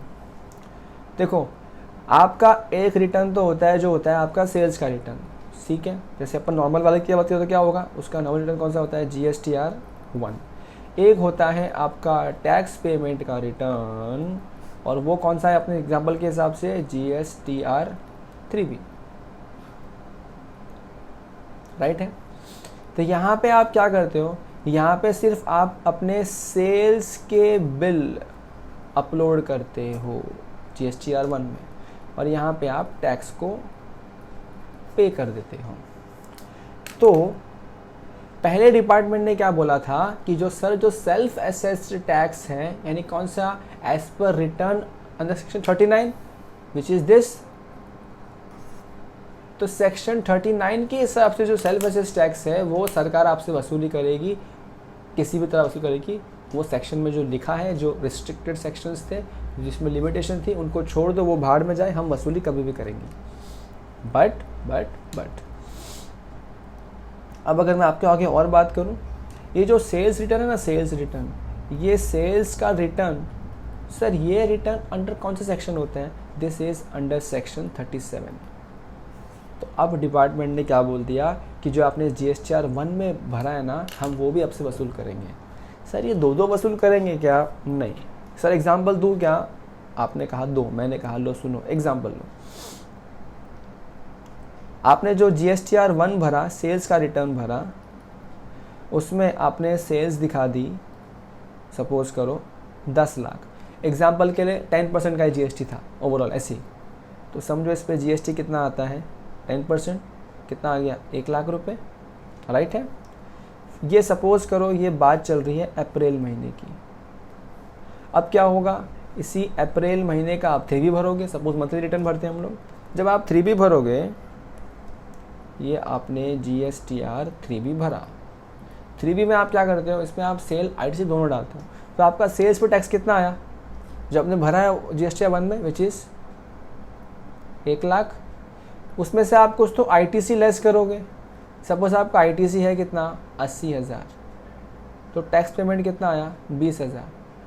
आप अगर 20,000 आपने नहीं भरा है तो ये ही सेल्फ असेस्ड टैक्स है, सरकार आपसे वसूली कर सकती है। पहले इतना ही लिखा था, अब रिवाइज प्रोविजन ने क्या बोल दिया, एग्जाम्पल समझो इसकी क्या होगा। सपोज ये ऐसा नहीं है, ये क्या है सर, यहाँ पे आपने 3B के अंदर जो सेल्स दिखाया वो सिर्फ दिखाया 5 लाख का, और उस 5 लाख पे आपने बोला कि सर 50,000 का मेरा आउटपुट टैक्स है और मेरा ITC पड़ा है सपोज करो 80,000 रुपये का। तो कहना है ऐसे यहाँ पे टैक्स पेमेंट कितना करने को आएगा, 0। भाई 30,000 ITC में जमा हो जाएगा, पड़ा रहेगा एक्स्ट्रा, तो यहाँ टैक्स पेमेंट 0 आ गया। सर आपने R1 में भरा 10 लाख के हिसाब से 1 लाख का टैक्स भरना पड़ेगा, और 3B में जो आपका सेल्फ असेसमेंट वाला रिटर्न है उसमें आपने डाला कि टैक्स भरने का 0 आ रहा है, बिकॉज वहाँ पे आपने टैक्स कितना लिया, सिर्फ और सिर्फ 50,000 लिया। एक बात सोच के बताओ, दिल बात है कि बताओ गलत हो रहा है कि नहीं हो रहा है। तो पहले प्रोविजन में क्या लिखा हुआ था कि जो आपका सेल्फ असेसमेंट टैक्स में अगर कुछ ड्यू बनता है तो वो सरकार आपसे वसूली कर सकती है बिना किसी दिक्कत के, बिना किसी क्या बोलते हैं रिस्ट्रिक्शन के। लेकिन इस तरह के झोल जब सरकार ने पकड़े, सरकार ने क्या देखा, अरे इंसान लोग 1 में तो अलग दिखा रहे हैं, 3B में अलग दिखा रहे हैं, 3B में कम दिखा रहे हैं, तो सरकार ने क्या बोला, ऐसे केस में जो डिफरेंस अमाउंट है ना, विच इज़ 50,000 जो GST 1 में एक्स्ट्रा है, वो एक्स्ट्रा 50 के हम आपसे वसूल कर सकते हैं। इसका भी उन्होंने पावर आपसे ले लिया इस अमेंडमेंट के अंदर। समझ में आ रही है बात। अब सर एक क्वेश्चन आप ये पूछ सकते हैं, सर कोई बंदा ऐसा क्यों करना चाहेगा कि 1 में सेल ज़्यादा दिखाया और 3B में कम दिखाया। ये भी एक गवर्नमेंट, अब देखो क्या यहाँ पे हुआ क्या था, ध्यान से, कि जो रूल आया था इनिशियली, जो नया रूल आया था पिछले साल, कि जब तक आपके GSTR 2A में नहीं दिख रहा है परचेजेस के अंदर, तब तक आप रिटर्न क्लेम नहीं कर सकते, आप ITC क्लेम नहीं कर सकते। तो अब क्या करने लगे लोग, ज़्यादा ITC क्लेम करने या करवाने के हिसाब से R1 में डालने लगे, और फिर R1 को मैच 3B से नहीं कर रहे थे कि 3B को बाद में मैच कर देंगे। फिलहाल ITC तो पास करो। अब ITC की कंडीशन थी कि टैक्स पेमेंट होना चाहिए, आप 1 में डाल रहे हो, 3B में डिटेल डाल दे रहे हो, 3B सेल्फ असेसमेंट टैक्स है, कोई कलेक्शन ऑटोमेटिक तो है नहीं 1 के साथ में, तो 3B में आप कम टैक्स भर रहे हो, 1 में ज़्यादा आप अमाउंट डाल रहे हो, टैक्स तो भर नहीं रहे हो, और ITC फ्रीली पास कर रहे हो, तो वो जो कंडीशन थी ना, पेमेंट ऑफ टैक्स हो रहा है, वो तो मीट ही नहीं हो रही थी। सरकार को ये बात समझी, सरकार ने बोला रुको बेटा, तुम्हारा नाटक बहुत ज़्यादा हो गया, ऐसा नहीं चलेगा। तो सरकार ने बाद में और मैकेनिज्म लेके आया, बाद में ये भी लेके आया कि आपका 1 और 3B मैच होना चाहिए, हम पेनल्टी लेंगे, ये लेंगे, बहुत सारे और प्रोविजन है जो रियल लाइफ में है। फिलहाल हम यहाँ बात करेंगे तो लेक्चर बहुत लंबा हो जाएगा, और ये मेरा प्रैक्टिकल वाला लेक्चर नहीं है, ये मेरा कंसेप्ट वाला लेक्चर है, तो इसके लिए इस पर और ज़्यादा टाइम वेस्ट आपका नहीं करूँगा, एग्ज़ाम्स आपके नज़दीक है, तो ध्यान रहे। अब इस केस में जो यहाँ पे तुमने कम भरा ना 50 के, वो भी सरकार आपसे वसूल कर सकती है 73-74 के हिसाब से बिना किसी रिस्ट्रिक्शन के, और ये तो पहले भी कर सकती थी। समझ में आ रही है? बस यही वाली बात है। देखो यहाँ पे क्या लिखा है, अब पढ़ लो ज़रा एक बार। 1 जन 22 से क्या आया, ये जो मैंने बोला वही सब इंग्लिश में यहाँ पे लिखा है, ठीक है। 37 मतलब कौन सा, सेल्स डिटेल्स GSTR 1। 39 सेक्शन मतलब कौन सा, टैक्स पे वाला रिटर्न, यानी कि 3B GSTR 4 व्हाटसएवर द केस में भी। In other words, whether tax payable is in respect of detail of outward supply furnished in GSTR 1 has not been paid through GSTR 3B, either wholly or partly, or any amount of interest payable on such tax remains unpaid, then in such cases the tax short paid on self-assessed tax and thus self-admitted liability and the interest thereon are liable to be recovered under section 79, ठीक है। However, अब कभी कभी जो difference होते हैं ना GSTR 1 में और 3B में, ये जेन्युइन रीज़न की वजह से होते हैं। सर जेन्युइन रीज़न क्या हो सकता है, सर गलती से आपने 10 लाख की जगह पे 1 लाख डाल दिया, रिटर्न अपलोड कर दिया GSTR 1 का। इस तरह की जो एक हो सकती है टाइपिंग एरर, एक हो सकता है जहाँ पे वह supply could not be declared under GSTR 1 of an earlier tax period. हम कोई सेल का बिल डालना भूल गए, गलती से डालना भूल गए GSTR 1 में, तो ये सब का अमेंडमेंट का ऑप्शन देती है गवर्नमेंट। क्या बोलती है, आप पुराना रिटर्न तो रिवाइज नहीं कर सकते, मगर आप आने वाले पीरियड का जो नेक्स्ट मंथ का रिटर्न होगा उसको आप ठीक कर लो, उस बिल को अमेंडमेंट में डाल दो और आपका काम खत्म हो जाएगा। तो ऐसे जेन्युइन रीजंस के लिए अगर कुछ ऐसा होता है तो डिपार्टमेंट वसूली करना नहीं आता, बिकॉज जेन्युइन रीजन में क्या होता है, जब आप नेक्स्ट मंथ रेक्टिफाई करते हो ना तो आप टैक्स इंटरेस्ट सब भर देते हो, तो डिपार्टमेंट को दिक्कत नहीं है। क्या बोल रहा हूँ मैं, डिपार्टमेंट को कोई दिक्कत नहीं है, उसके लिए सॉर्टेड है बात। समझ में आ रही है बात? अब नाउ देयरफॉर एक इंस्ट्रक्शन भी इशू किया गया, इंस्ट्रक्शन नंबर 1 2022 7 जनवरी 2022 को, जहाँ पे बोला कि mismatch between GSTR 1 and 3B, the proper officer may first send a communication to pay self assessed tax short paid और नॉट पेड और to explain the reasons for the same within the reasonable time prescribed with the communication. तो अब तो ये आ रहे हैं notice, इतने आ गए क्लाइंटों को। क्या नोटिस आ गए, सर आपका 1 और 3B मैच नहीं हो रहा है, डिफरेंस टैक्स पे मतलब हमको करो, एक काम करो। तो इस चक्कर में सब चीज़ें थोड़ी बंद हो गई, अब झोलपान। नेक्स्ट, अब ये कह रहा है कि रिकवरिंग प्रोसीडिंग्स जो चालू करने वाले हम लोग, वो सिर्फ तब इनिशिएट करेंगे, कब, ध्यान से सुनो, 1 और 3B का डिफरेंस आ रहा है, गवर्नमेंट ने आपको नोटिस भेज दिया, उस नोटिस में आपसे सिर्फ पूछा जाएगा कि भाई ये क्या है, कोई जेन्युइन रीज़न होगा तो आप समझा देंगे, आप ठीक कर देंगे, कोई दिक्कत वाली बात नहीं है। अगर कुछ कांड दिखता है, मतलब अब गवर्नमेंट कह रहा है कि कौन कौन सी चीज़ ऐसी हैं, ये देखो ये अलग से क्वेश्चन बन सकता है, पूरा अलग से क्वेश्चन बन सकता है यहाँ पे, कि कौन से रीजंस हैं जहाँ पे आपकी जो प्रोसीडिंग है रिकवरी की वो स्टार्ट कर देंगे 1 और 3B के डिफरेंस के लिए।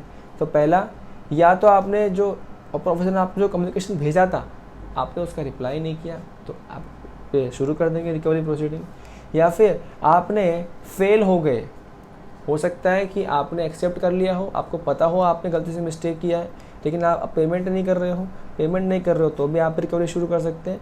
या फिर आप कह तो रहे हो कि जेन्युइन रीज़न है, लेकिन वो रीज़न को जस्टिफाई नहीं कर पा रहे, एक्सप्लेन नहीं कर पाते, तो उस केस में भी रिटर्न करना पड़ सकता है, रिकवरी शुरू हो सकती है। हालांकि इसके ऊपर सेपरेट प्रोविजन इस रिकवरी के ऊपर अभी रिसेंटली हाल फिलहाल में 2 दिन पहले गुजरात हाई कोर्ट ने एक अच्छा खासा जजमेंट दिया है, जहाँ पे ऑफिसर्स के ऊपर 50 लाख की पेनल्टी लगाई है, बिकॉज ऑफिसर्स कहीं से कुछ भी मांगते हैं, वहाँ किसी के घर में किसी जाके बैठ गए, 7 दिन वहीं बैठे रहे और क्या क्या शुरू कर दिया, रिकवरी करेंगे, ये करेंगे, वो करेंगे, ये बहुत कुछ शुरू कर दिया। लेकिन जब वो बंदा कोर्ट गया तो कोर्ट में वो जीत गया, बिकॉज उसको ज़बरदस्ती हैरेस किया जा रहा था इन पावर्स को लेके, एंड उसके हिसाब से फिर उसको रिलीफ भी मिला और 50 लाख का जुर्माना लगा दिया डिपार्टमेंट को। इस बारे में किसी और दिन डिटेल में बात करेंगे, ठीक है। तो ये था आपका अमेंडमेंट नंबर 2। आई होप बहुत डिटेल में अपन ने कवर किया। लॉन्ग स्टोरी शॉर्ट क्या है कि GSTR 1 और 3B कोई डिफरेंस होगा, वो पेमेंट भी सरकार वसूली कर सकती है बिना किसी रिस्ट्रिक्शन के, ठीक है। That's it. अब फिर मैं आपको छोड़ के जा रहा हूँ, कुछ देर में दोबारा मिलूँगा, बने रहिएगा, वापस आ रहा हूँ, एक बार और आऊँगा, ठीक है। चलिए, सिया। मस्त एकदम वो क्या बोलते हैं, एक्शन मूवी जैसा है सब सेक्शन, पता है क्या, ये सब कोई AK-47 है, कोई मशीन गन है, ये सब वो सब हथियार है गवर्नमेंट के। In case of penalty impose in section 73-74 no other penalty to be impose for the same act or omission. अरे सिंपल सी कहानी है, लॉ के डिपार्टमेंट वाले ऐसा नहीं कर सकते कि 73-74 में तो मांग लिया टैक्स, देखो उनके पास तो अलाउड है ना 3 साल में मांगना गलतियों पे। उन्होंने क्या किया, सेक्शन 73 में टैक्स, इंटरेस्ट, पेनल्टी सब मांग लिया, सब वसूल कर लिया। अब बोलते हैं वी ऑल्सो हैव सेक्शन 79, हम उसमें भी टैक्स मांगेंगे, सेल्फ असेस टैक्स। तो ऐसा होता है क्या? तुम बताओ ऐसा होता है? नहीं, वैसे बोला साफ साफ, ये लिखा है अपने जैसे टैक्स पेयर्स, मासूम टैक्स पेयर्स के लिए। वरना वो लोग चूसते हैं डिपार्टमेंट वाले कि पहले 77 में ले लिया, फिर वापस चले गए, देख वो 73 74 था, अभी 79 है, और दे। ठीक है, तो मना कर दिया, बना ऐसे नहीं होगा। समझा यहाँ तक? ये थे अभी तक के कांड, खुद से किए हुए, गलती से कांड, ये जानबूझ के किए हुए कांड, उनकी सज़ा क्या होगी, पेनल्टीज क्या होगी, हमने ऊपर डिस्कस कर ली है। नेक्स्ट पार्ट हम लोग क्या पढ़ने वाले हैं, जो कि होने वाला है, देखो आप चाहो तो यहाँ पे you can make something like this, कि हम यहाँ से पढ़ने वाले नेक्स्ट पार्ट पढ़ने वाले। ठीक है, ओके, हियर स्टार्ट्स चैप्टर का part 2, tax collected but not deposited. क्या है ये? सपोज मैं सप्लायर हूँ, मैंने एक बिल बनाया, 10,000 का बिल था, उस पर मैंने 1800 का GST चार्ज किया, और मैंने पूरा पैसा, पूरा 10,000 प्लस 1800 मैंने मेरे कस्टमर से ले लिया। अब मैंने पूरा पैसा कस्टमर से ले लिया, क्या पूरा पैसा मेरा है? The answer is no. उसमें से 1800 किसका है? गवर्नमेंट का है। मैं नहीं भर रहा, मैं भर ही नहीं रहा। तो गलत है कि सही है? बताओ, सही बताओ, गलत है या सही है? गलत है। तो यहाँ पे क्या बोल रहा है? If any amount is collected in the name of tax, ये देखो यहाँ पे गवर्नमेंट का एकदम ईगो हट हो जाता है। गवर्नमेंट क्या बोलता है, देखो इधर, if any amount is collected in the name of tax the same must be deposited with the government. अरे सिंपल से लॉजिक है ना यार। सपोज करो अगर मैं कल को तुम्हारे नाम पे किसी और से पैसा ले रहा हूँ, ये बोलिए कि मैं पैसा तुम्हें दे रहा हूँ, तो तुम्हें देना है ना मुझे पैसे। It is as good as तुम लोग बैंक में गए पैसा लेने के लिए, लोन लेने के लिए, और बैंक ने सब पेपर्स तुम्हारे लिए, पैन कार्ड तुम्हारा, सब तुम्हारा ले लिया, EMI भी तुमसे ले रहा है, और लोन के पैसे तुम्हारे दोस्त को दे दिए। चलेगा तुमको? नहीं चलेगा, तुम भड़क जाओगे। बैंक, तेरे को पेपर मैंने दिए, तेरे से लोन मैंने मांगा, EMI तो मुझसे दे रहा, पैसे उसको दिए। नॉनसेंस। बोला क्या बोला? नहीं चलेगा। ठीक है, वही गवर्नमेंट बोल रही है, अरे जब हमारे नाम पे तुमने पैसे लिए मासूम कस्टमर से, वो कस्टमर हमारे देशवासी है मित्रों, उनसे हमारे नाम पे लिया एक पैसा, हमको वापस मिलना चाहिए। तो यहाँ पे देखो, मस्त मजा आएगा इधर। The detailed provision of this section have been discussed hereunder. क्या है? Amount representing the tax collected from any person to be paid to the central government. अरे सिंपल सी कहानी है कि वो जो पैसा लिया है सरकार का, सरकार को देना पड़ी। और देखो मजेदार बात, notwithstanding anything to the contrary contained in any order or direction of any appellate authority or appellate tribunal or court in any other provisions of the act.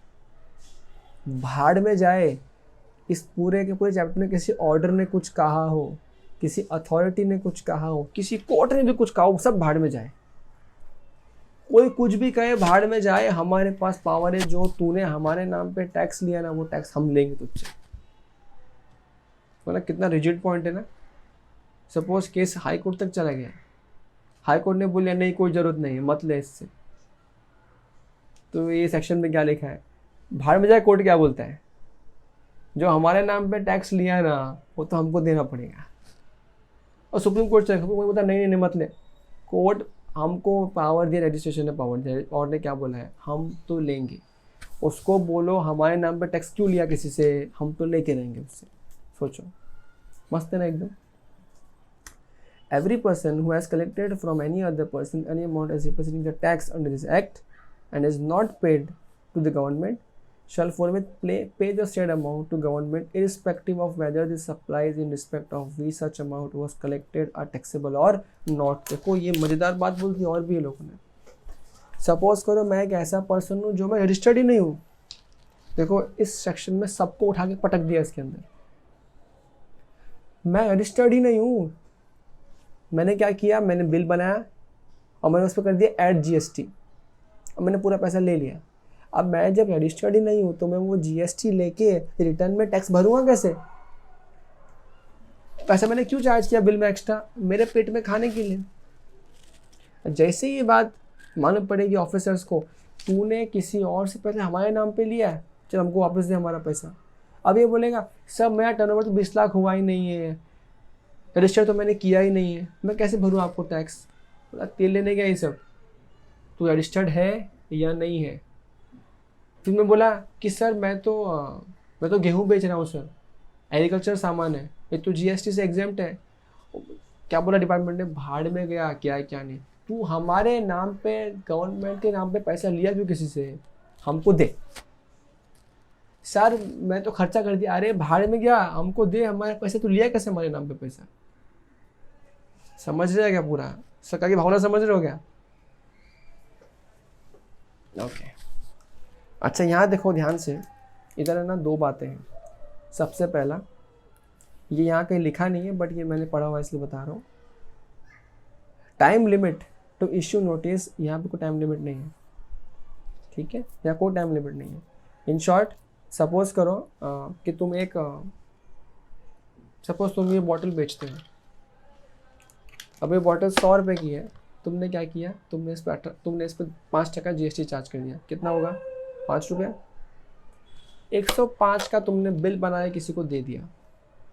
तुम रजिस्टर्ड नहीं हो, बिल बनाया और किसी को दे दिया। तुमने ऐसे ना लाखों की बॉटल बेच दी। इस बात को 10 साल हो गए हैं। तुमने सरकार के नाम पे 10 साल पहले 3 लाख रुपए ले लिए थे टैक्स के नाम पे खाली। तो क्या 10 साल बाद भी सरकार आके तुम्हें कह सकती है कि तुमने 10 साल पहले हमारे नाम पे पैसा लिया था, हमको वापस दो? आंसर इज यस, कह सकती है, ठीक है? क्योंकि ये ऐसा केस नहीं है कि तुमने टैक्स शॉर्ट पेड किया है क्या वो किया। ये तो वो पैसा है जो शॉर्ट तुमने गवर्नमेंट के नाम पे लिया, तो दे ना लिया तो, ठीक है? इसलिए कोई टाइम लिमिट नहीं है इसका।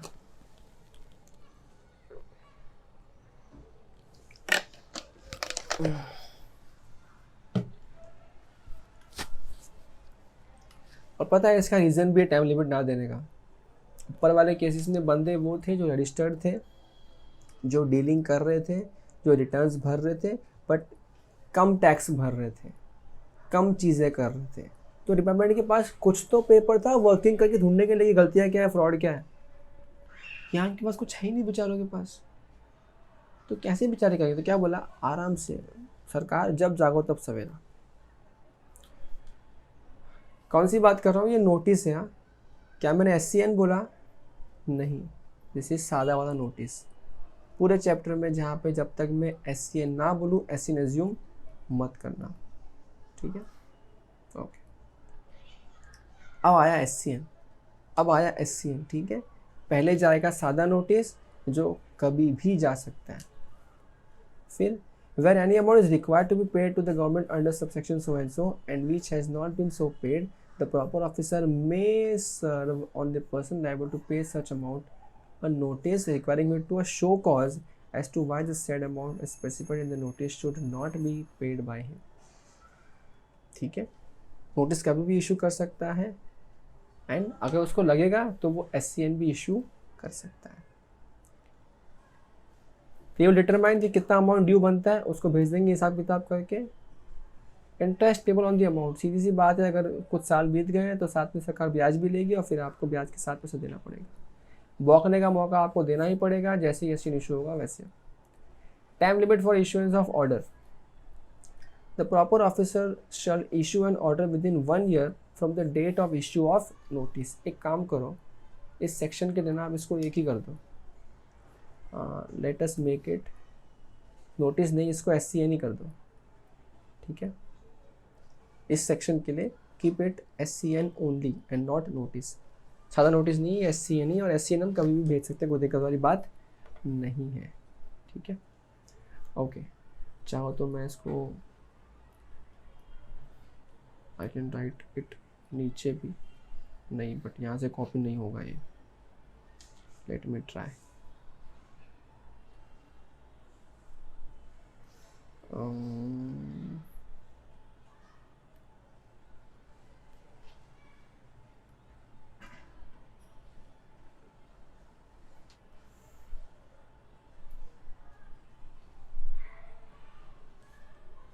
ठीक है,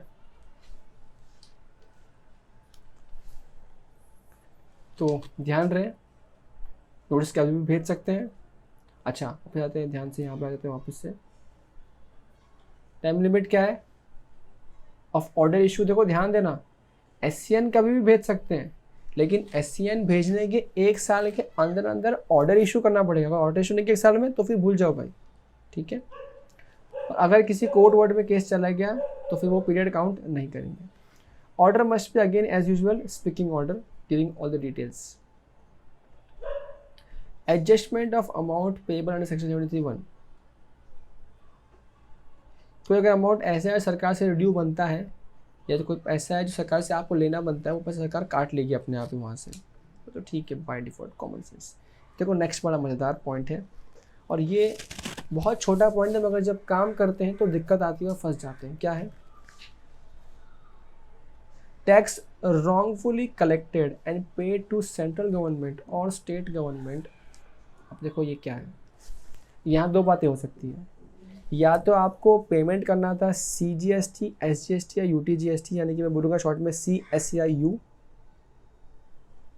और आपने I भर दिया यानी कि IGST, या फिर आपको IGST पेमेंट करना था, आपने क्या कर दिया CSCIU भर दिया। तो दोनों ही केस में सिंपल फंडा है। फर्स्ट केस लेते हैं, क्या किया आपने CSCIU भर दिया, I भरने की जगह पे, भरना I था, क्या भर दिया CSCIU, क्या करेंगे I भरना था ना, अब I भर दो और जो CS और U है वो रिफंड ले लो।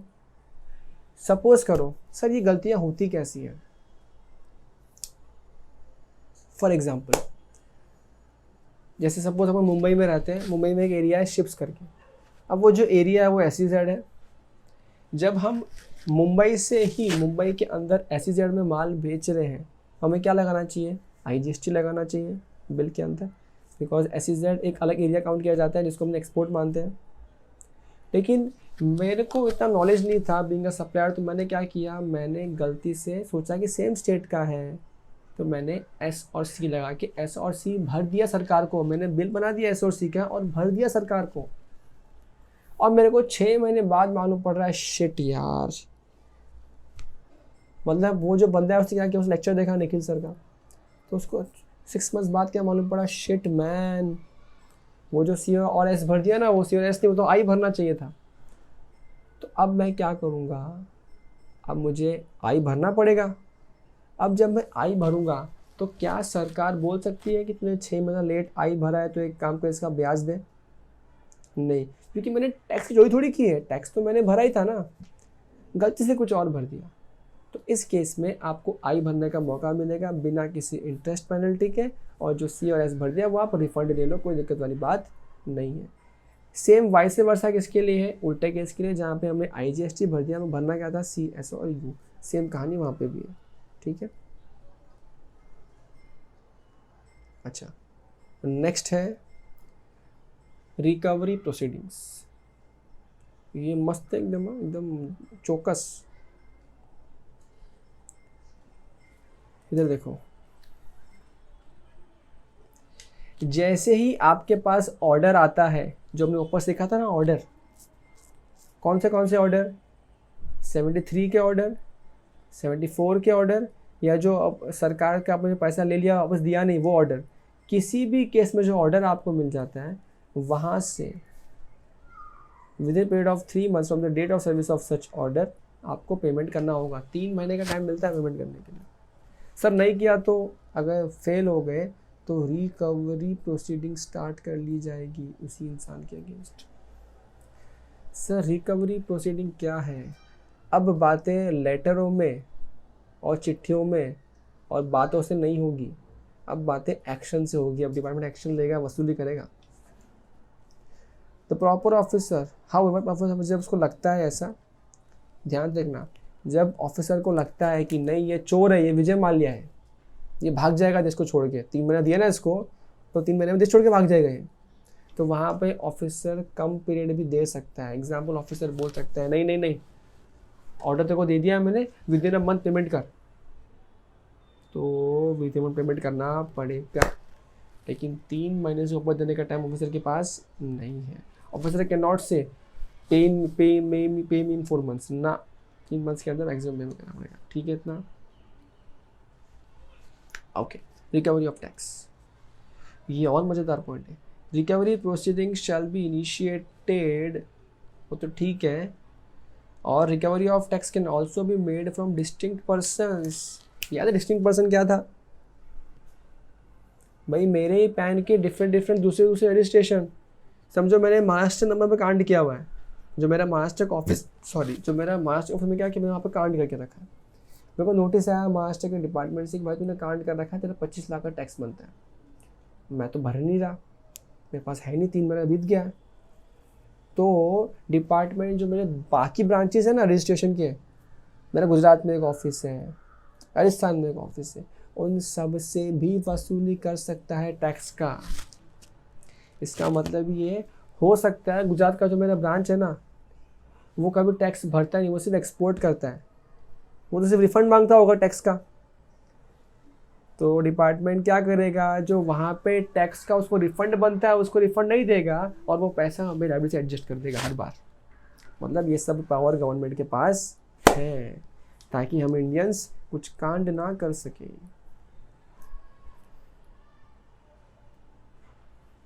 एक सेकंड, चार्जिंग का समय हो गया है।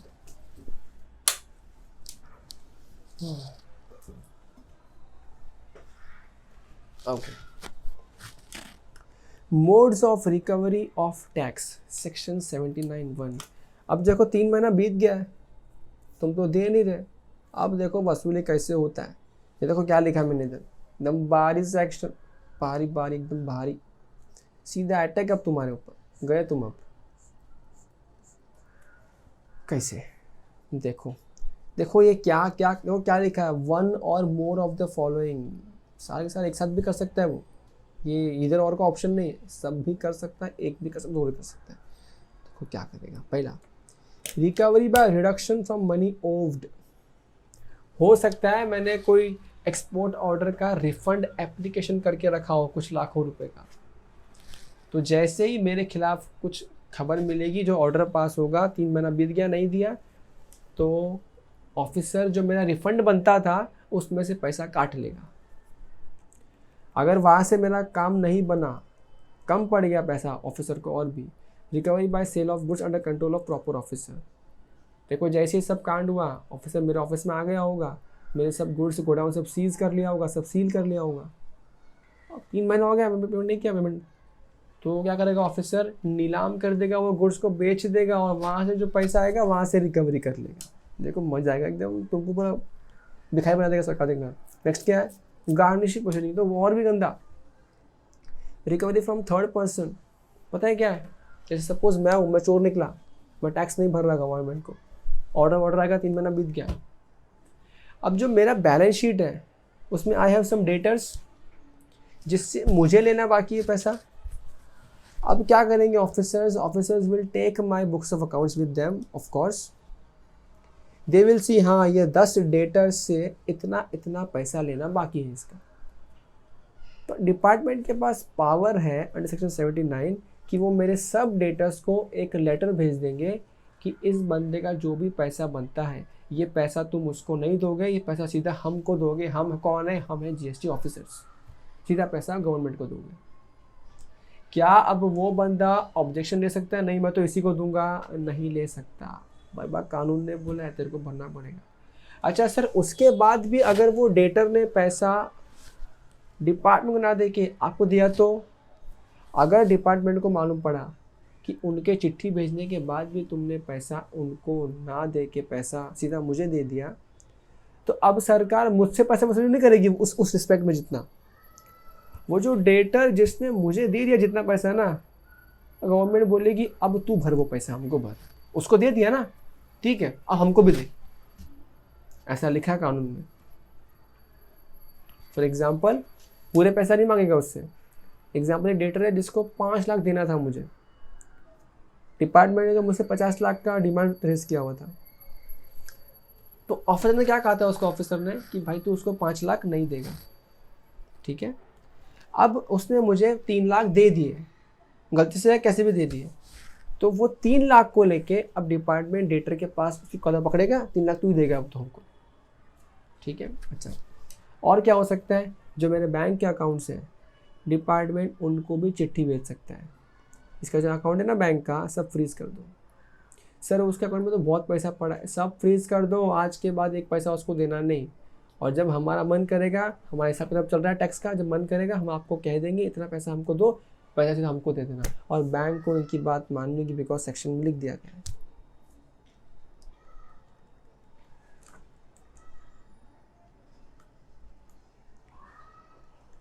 ये देखो,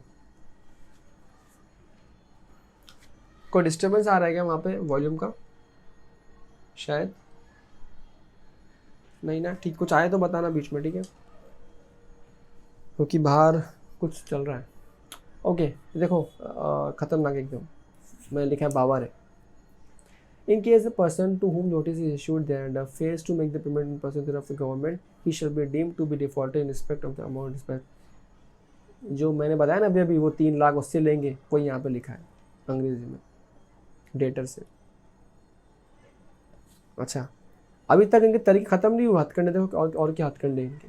recovery by sale of movable या मूवेबल प्रॉपर्टी, आपकी जो प्रॉपर्टियाँ हैं, आपकी जो जायदाद है, आपकी जो ज़मीन है, वो सारी भी बेच देंगे, हमको तो टैक्स चाहिए, हमको सब कुछ बेच देंगे तेरा हम तो, ठीक है, वो यहाँ पे लिखा है। अब ये आपको कॉमन सेंस वाला बात है, अगर इमूवेबल प्रॉपर्टी है तब तो इंस्टेंटली सिर्फ ऑर्डर अफिक्स कर देंगे, कोई इसको बेच नहीं सकता, और मूवेबल प्रॉपर्टी है तो सीधा सीज कर देंगे और कस्टडी में ले लेंगे।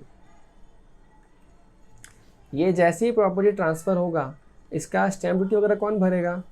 जो ट्रांसफर होगा वो भरेगा, ठीक है। Where any claim is preferred or any objection is raised with regard to the attachment or distraint of any property by a person claiming that he had some interest was in possession of the said property, proper official investigation, ठीक है। देखो जैसे ही उन्होंने मेरा property seize किया, example समझो, मैं ही वो चोर था, मेरे नाम पे एक फ्लैट था, डिपार्टमेंट ने वो फ्लैट सीज कर लिया, कब्जे में ले लिया, और अब डिपार्टमेंट ऑक्शन कर रहा है।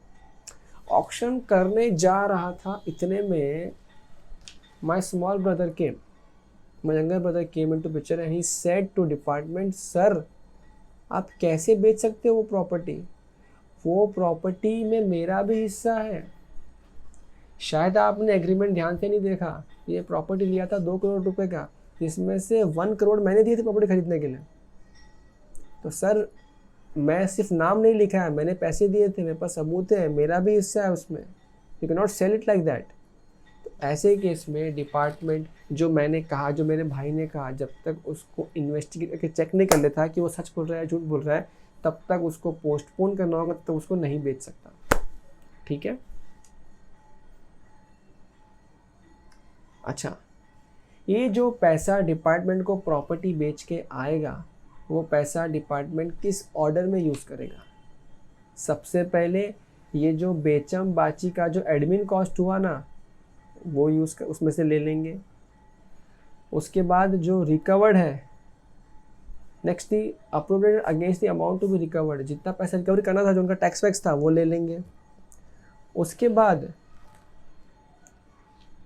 जो CS और I के अगेंस्ट जो इनका टैक्सेस बनते थे, इंटरेस्ट भरते थे, वो सब ले लेंगे। और उसके बाद भी कुछ चंद कौड़ी बच गई तो डिफॉल्टर को रिटर्न दे देंगे, भाई ले हमारा तो इतना ही था, बाकी तू ले ले, तेरा नहीं चाहिए हमको, एक्स्ट्रा कुछ नहीं चाहिए। तो कितने भले लोग हैं, देखो ये देखो, मस्त लग रहा है मुझे, कभी MCQ में मिल जाए तुमको तो। No such sale will take place on Sundays और other general holidays recognised by government. देखो they have not mention public holiday खाली, दे मेंशन संडेज ऑल्सो, ठीक है। In companies act Sunday is not public holiday, पर यहाँ पे Sunday या other general holiday दोनों भी दिन सेल नहीं हो सकता। Proper officer may seek assistance from jurisdictional police station, सीधी सी बात है ना, ऑफिसर तो पिक्चर ऑफिस में बैठता है, कहाँ उसमें ताकत होती है इतनी, तो वो चाहे तो पुलिस स्टेशन से भी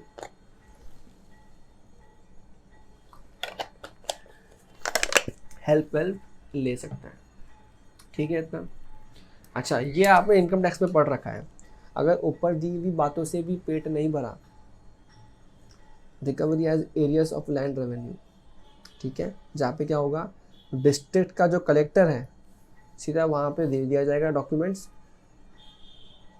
बना के डॉक्यूमेंट दे देंगे वहाँ पे, कलेक्टर साहब लैंड रेवेन्यू का जो एरियाज होता है उसके हिसाब से वसूली करो और हमको पैसा ला के दो।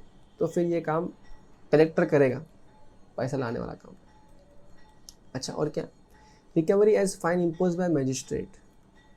अगर उससे भी काम नहीं बना, ऑफिसर क्या करेगा, देखो यहाँ पे लिखा है मे, हाँ may file application to the magistrate. जो मजिस्ट्रेट होगा ना उसके जुरिस्डिक्शन में, उसको दे देगा एप्लीकेशन फाइल करके कि साहब मेरे से वसूली नहीं हो पा रही है, मैंने बहुत कोशिश किया सर, बहुत सेक्शन फेंके ऐसे के मुंह के ऊपर, बट नहीं हो पा रही वसूली, आप करके। तो ऐसे केस में मजिस्ट्रेट वसूली करेगा, और उसका मतलब ये है मजिस्ट्रेट विल वसूलोफाई as if this was his demand. और मजिस्ट्रेट के पास तो नॉर्मल कोर्ट के पावर्स होते हैं, तो वो सारे और भी पावर्स मिल जाएंगे काम करने के। समझ रहे हो तुम कैसा कैसा पावर इस्तेमाल कर रहे हैं। इससे भी पेट नहीं भरा, इससे भी पेट नहीं भरा तो हम सिविल कोर्ट चले जाएंगे। देखा, where any amount is payable to the defaulter in the execution of decree of a civil court for the payment of money or for the sale in the enforcement of mortgage, proper officer shall send a request to the said court, and the court shall, subject to provisions of the code of CPC, execute the attached decree and credit the net proceeds of settlement of the amount। देखो simple है, अगर case चलते चलते कहाँ तक पहुँच गया, in short कोई कोर्ट वोर्ट तक पहुँच गया, तो कोर्ट ने एक ऑर्डर इशू किया होगा। अब जैसे कोर्ट ऑर्डर इशू करता है ना, इसका मतलब ये नहीं कि हर कोई बात मान लेता है कोर्ट के ऑर्डर की। कई बार ढीठ होते हैं लोग, नहीं मानते हैं, तो हमें जाके दोबारा कहना पड़ता है साहब नहीं माना। तो वहाँ पे क्या करेगा, अब वहाँ पे फिर कोर्ट खुद अपनी कार्रवाई करता है, पुलिस भेजता है, घर वर खाली करवाता है और बेचवाता है। तो बोला उस केस में सर आप हेल्प करके दो और पैसा निकलवा के दो। नेक्स्ट क्या है, अभी तक भी नहीं पेट भरा तो रिकवरी फ्रॉम श्योरिटी। ये बिल्कुल वैसा है, पता है जब बैंक में लोन लेते तो बैंक वाले बोलते हैं गिव अस 2 गारंटर्स। तो ये श्योरिटी कौन है, वही गारंटर। अगर तुमने पैसा नहीं भरा तो तुम्हारे वो जो गारंटर लोग हैं ना वो पैसा देंगे, हम पैसा तो लेके रहेंगे। रिकवरी फ्रॉम कंपनी लिक्विडेशन, अगर आपकी कंपनी बंद हो रही है तो लिक्विडेटर को बता देगा डिपार्टमेंट कि जहाँ पे भी हमारा ऑर्डर आता है, पेमेंट का ऑर्डर आता है लिक्विडेशन में, वहाँ पे हमको फर्स्ट प्रेफरेंस दोगे, हमको पैसा दे दोगे, ठीक है, ऑर्डर के हिसाब से। Where amount recovered under subsection 3 is less than the amount due to the central government, the state government, the amount to be created shall be in proportion of the amount due to each such government। अरे simple सा logic है, देखो C, S और I सब भरना होता है। मान के चलो यहाँ पे सेंट्रल टैक्स और स्टेट टैक्स भरना है, पूरा वसूली हो ही नहीं पाया, अरे उसको नंगा कर दिया पूरा, उसका घर बार सब कुछ बेच डाला, गाड़ी बंगला सब बेच दिया, तो वो भी वसूली नहीं हुआ टैक्स का, कुछ तो बच गया। तो जितना वसूली हुआ वो गवर्नमेंट्स कैसे बांटेंगे आपस में, तो जितना उनका लायबिलिटी था उसके रेशो में बांट लेंगे उस पैसे को। तो क्या समझाने के लिए इसमें, ये देखो EMI स्कीम गवर्नमेंट का, इधर भी EMI मिलता है मस्त एकदम। ये तो कैसे मिलता है EMI, सपोज करो आपको ऑर्डर इशू किया और अभी आप जाके आपको लगता है कि यार ये बहुत बड़ा अमाउंट है, एक साथ कैसे भरूंगा, तो आप जाके कमिश्नर को रिक्वेस्ट कर सकते हो साहब बहुत बड़ा अमाउंट है, नहीं भर पाऊंगा, एक साथ प्लीज़ इंस्टॉलमेंट दे दो। तो कमिश्नर में उसको लगता है कि हाँ बंदा भाग के नहीं जाएगा, तो मैक्सिमम 24 महीने तक का, 24 महीने का देगा, ज़रूरी है क्या, नहीं, 24 महीने तक का दे सकता है। Can also give 12 months, 6 months, 9 months, what ever he may feel good. 24 months से ऊपर नहीं दे सकता। ये बात याद रहे, अगर आपको इंस्टॉलमेंट्स दिए हैं, अगर आपने एक भी EMI बाउंस कर दिया तो आपकी बची हुई सब EMI कैंसिल हो जाएगी और इमीडिएटली आपको जितना अमाउंट ड्यू है आपको पूरा अमाउंट आज का आज भरना पड़ जाएगा, ठीक है। तो ये गलती मत करना इंस्टॉलमेंट ड्यू करने की। अच्छा, इसके साथ साथ एक बात और ध्यान रहे, चलो आगे बताता हूँ वो बात भी। Facility of payment in installment not allowed in certain cases, कुछ केस ऐसे हैं जहाँ पे EMI नहीं मिलेगा। पहला केस कौन सा है, the taxable person has already defaulted on the payment of any amount under any GST Act or any of the state act for which the recovery process is on, भाई तुमने जब tax नहीं भरा, हमने recovery start कर दिया, तुम्हारे घर बार बेच रहे ऑलरेडी हम तो। जब तुम्हारे घर बार बेच ही रहे हैं तो फिर तुम्हें क्यों ईएमआई दे रहे हम लोग? Make sense? तो ईएमआई तब नहीं दे सकते। या फिर taxable person has not been allowed to make payment in installment in the preceding financial year under the act। या भाई पिछले साल ही कुछ तो कांड हुआ होगा, हमने तब तुमको अलाउ नहीं किया ना, अभी भी अलाउ नहीं करेंगे। एक बात और याद है, 25,000 से कम का डिमांड हुआ तो भीख मांगने मत आना, ईएमआई का नहीं मिलेगा। समझा क्या यहाँ तक? पक्का? नींद आ रहा है क्या?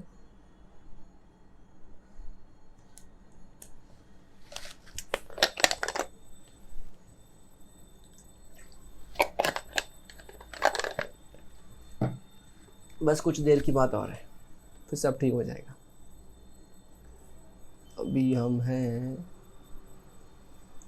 Okay. Transfer of property to be void in certain cases. कुछ केसेस में अगर जो सप्लायर है उसने कुछ प्रॉपर्टी ट्रांसफर किया तो वो वॉइड मान ली जाएगी। वो कौन से केसेस हैं? देखो एकदम सिंपल बताता हूँ। अगर आपने कुछ ही टाइम पहले, कुछ समय पहले आपने अपनी कोई प्रॉपर्टी किसी और के नाम पे ट्रांसफ़र की है सरकार को फ्रॉड करने के लिए, चूना लगाने के लिए, या आपको मालूम पड़ गया कि आपके खिलाफ रिकवरी आने वाली है, तो आपने फटाफट ट्रांसफ़र कर दी प्रॉपर्टी सस्ते भाव में। प्रॉपर्टी था आपको 2 करोड़ रुपए का, आपने किसी को बेच दिया 2 लाख रुपए के अंदर। ऐसा जो भी आपको केसेस मिलेगा सरकार को, तो गवर्नमेंट चाहे यानी कि ऑफिसर्स चाहे तो उस सेल को वॉइड डिक्लेयर कर सकते हैं, और उस केस में जब डिक्लेयर वॉइड कर देंगे तो वो जो सेल एग्रीमेंट था वही वॉइड बन जाएगा। मतलब सेल हुआ ही नहीं है, मतलब प्रॉपर्टी सरकार ले सकती है अपने कब्जे में। लेकिन अगर आपने जो बेचा है वो मार्केट रेट पे बेचा है, प्रॉपर रेट पे बेचा है, तो इन दैट केस वो वॉइड डिक्लेयर नहीं करेंगे, एग्रीमेंट को वैलिड रहने देंगे। लेकिन वो जो पैसा आपको बेच के आया है वो आपने क्या किया, वो पैसा आपसे वसूली करने लग जाएंगे। ठीक है। अंडर एनी केस अगर कोई बोनाफाइड जेन्यून पर्सन है जिसने आपसे वो माल खरीदा है, जो कनेक्टेड नहीं है आपके किसी फ्रॉड के अंदर, उसको जेन्यूनली वो प्रॉपर्टी मिली है, officers will investigate if it is genuine buyer, तो इन दैट, और उसको पता नहीं था कि कुछ केस चल रहा है उसके खिलाफ, तो फिर उसके राइट नहीं छीने जाएंगे और बजाई जाएगी सिर्फ टैक्स पेयर की। Tax to be first charge on the property, हम ऑलरेडी पढ़ चुके हैं कि जब आप आईबीसी वगैरह में जिसमें भी आप आपका वो बंद हो रहा होगा कंपनी, तो पहला चार्ज जो भी आपके ऑर्डर में आएगा, पहला चार्ज गवर्नमेंट का आएगा, वो ऑर्डर के हिसाब से। Provisional attachment to protect revenue in certain cases. अगर किसी केस में गवर्नमेंट को ऐसा लगता है कि ये बंदा भाग जाएगा, दिक्कत हो जाएगा, इसको 3 महीने का टाइम दे तब तक भाग जाएगा, तो वो चाहे तो प्रोविजनली अटैच कर सकती है किसी प्रॉपर्टी को, और ये जो प्रोविजनल अटैचमेंट है ये ख़त्म हो जाएगा maximum after the expiry of period of 1 year from the date of order, और ऑर्डर के 1 ईयर से ख़त्म हो जाएगा ऑटोमेटिकली।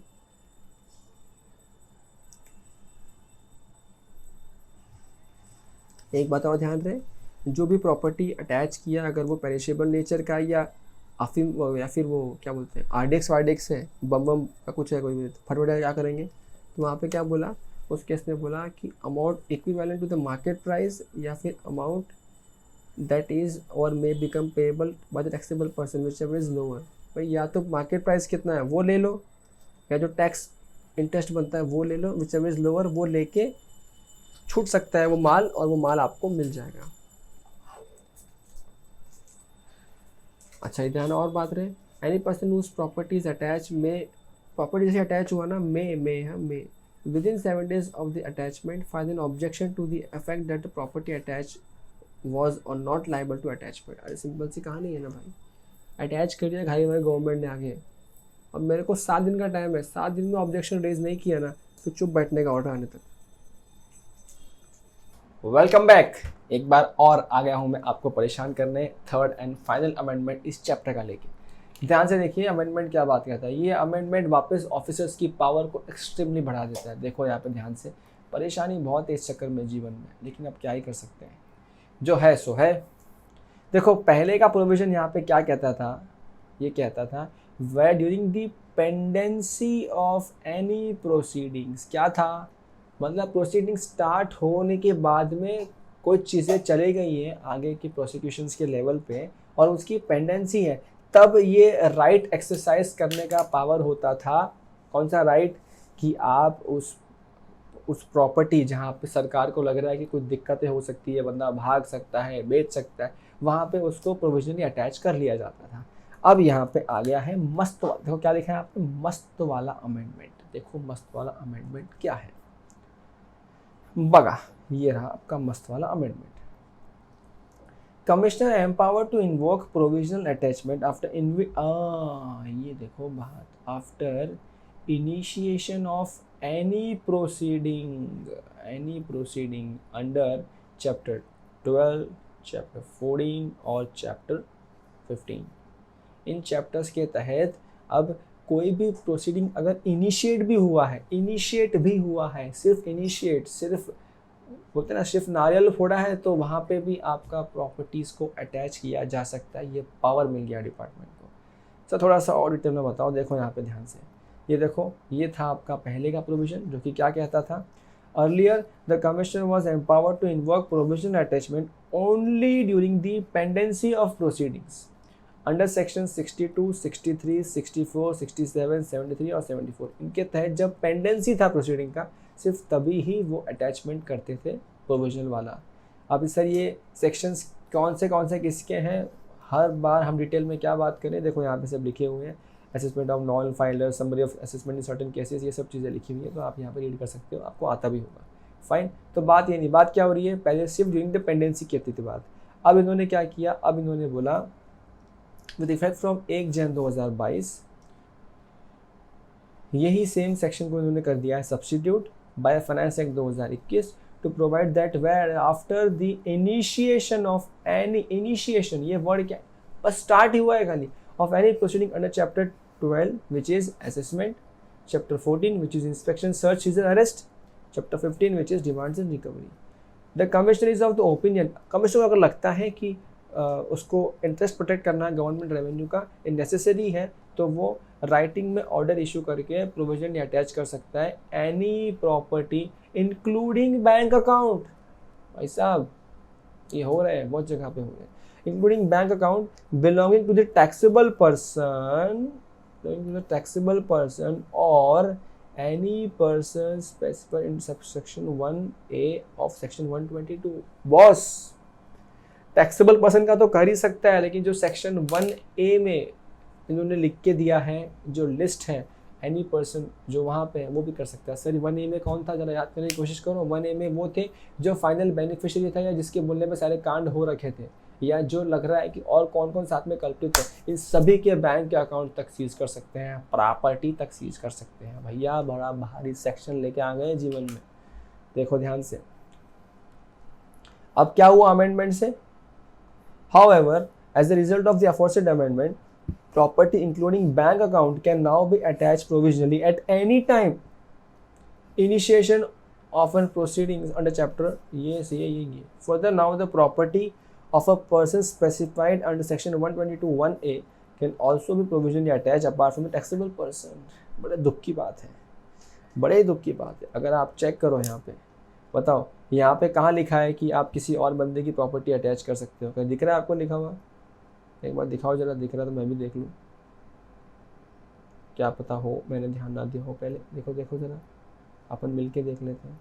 देखो मुझे तो ऐसा कुछ दिख नहीं रहा है, मुझे तो ऐसा कुछ दिख नहीं रहा है। क्या था देखो, पहले से यही था कि वो अटैच कर सकता है प्रोविजनली कोई भी property of the taxable person, that's it, only taxable person. और अब क्या आ गया, टैक्सेबल पर्सन भी और 122(1)(a) के अंदर जो लोग हैं, जो फाइनल बेनिफिशियरी है, जो साथ में को कल्पित हो सकते हैं, उन सबका भी प्रॉपर्टी अकाउंट सब सीज कर सकते हैं। भाई साहब पावर का नहीं, पावर का बाप दे दिया डिपार्टमेंट को, लॉ मेकर्स ने। Thus, the power of commissioner to invoke provisional attachment have widened। तो दिख ही रहा है आपने को। Since the property of a person specified in section 122(1)(a) can also be provisionally attached apart from the taxable person, necessary amendment have been carried out। अब देखो, क्योंकि property of a person जो ये 1A में sir क्या है, देखो दोबारा आप चाहो तो देख भी लो, यहाँ पे लिखा हुआ भी है। 1A में कौन से पर्सन है, कोई भी ऐसा पर्सन जो फाइनली बेनिफिट रिटर्न करता है उस ट्रांजेक्शन का जो कवर्ड है इन क्लॉजेस के अंदर of this section at whose instance such transaction is connected, मतलब अल्टीमेट बेनिफिशियरी की बात होगी, उसको भी सीज कर लेंगे, कन्फिस्केट कर लेंगे, अटैच कर लेंगे। ओके ध्यान से देखो, since the property of a person specified in section 122(1)(a) can also be provisionally attach apart from the taxable person since the necessary amendment have been carried out in rule 159। तो भाई क्योंकि 1A वालों लोगों को भी अब हम लोग प्रोविजन अटैच कर सकते हैं, तो डिपार्टमेंट ने कुछ अमेंडमेंट करना पड़ा इन द रूल 159 ऑल्सो। तो ये था आपका रूल, ये रूल में क्या अमेंडमेंट डाला यहाँ पे देखो ध्यान से। फर्दर अब 159 में जो था उसको उन्होंने अमेंड कर दिया, जहाँ करना था कर दिया, ठीक है। अब मेन बात कर रहे हैं इसके अलावा एक और जो कि बात कर रहे हैं dated 29 December 2021। Further earlier the person whose property, देखो इसका भी प्रॉपर्टी पर अटैच हो रहा था ना, उसको 7 दिन में अपना ऑब्जेक्शन फाइल करना होता था अगर उसको है तो, 7 दिन के अंदर अंदर कि बाबा ये गलत प्रोविजन, गलत क्या बोलते हैं उसको, गलत अटैचमेंट हो गया, ये गलत है मेरे साथ, वो सब ऑब्जेक्शन फाइल कर सकता था। इसको भी अमेंड किया और क्या बोल दिया, अब ये ऑब्जेक्शन वो विद इन 7 डेज ज़रूरी नहीं है, वो कभी भी फाइल कर सकता है, 10 दिन बाद भी कर सकता है, 20 दिन बाद भी कर सकता है, व्हाटएवर द केस में भी 2 दिन बाद भी कर सकता है, ठीक है। और ये जो मैं बात कर रहा था 159, देखो इसमें क्या बोला, further amendment in 159 is also effective from 1 January 2022। Further a copy of the order of provision attachment आपको देना पड़ेगा हर वो इंसान को जिसका प्रॉपर्टी अटैच हुआ, चाहे 1A वाला पर्सन हो चाहे टैक्सेबल पर्सन हो, ठीक है। सो ठीक है, इतना था। दिस वॉज योर अमेंडमेंट, एक अच्छा खासा अमेंडमेंट था और ये मेरा बहुत ज़्यादा मन से मुझे ऐसा लग रहा है कि ये इस चैप्टर में से जो अमेंडमेंट्स, जो 3 अच्छे अमेंडमेंट्स हैं, MCQ में 2-4 मार्क तो यहाँ से खेलना चाहिए इंस्टीट्यूट को, या तो नवंबर 22 में खेल लेगी इंस्टीट्यूट या फिर मई 23 में खेल लेगी।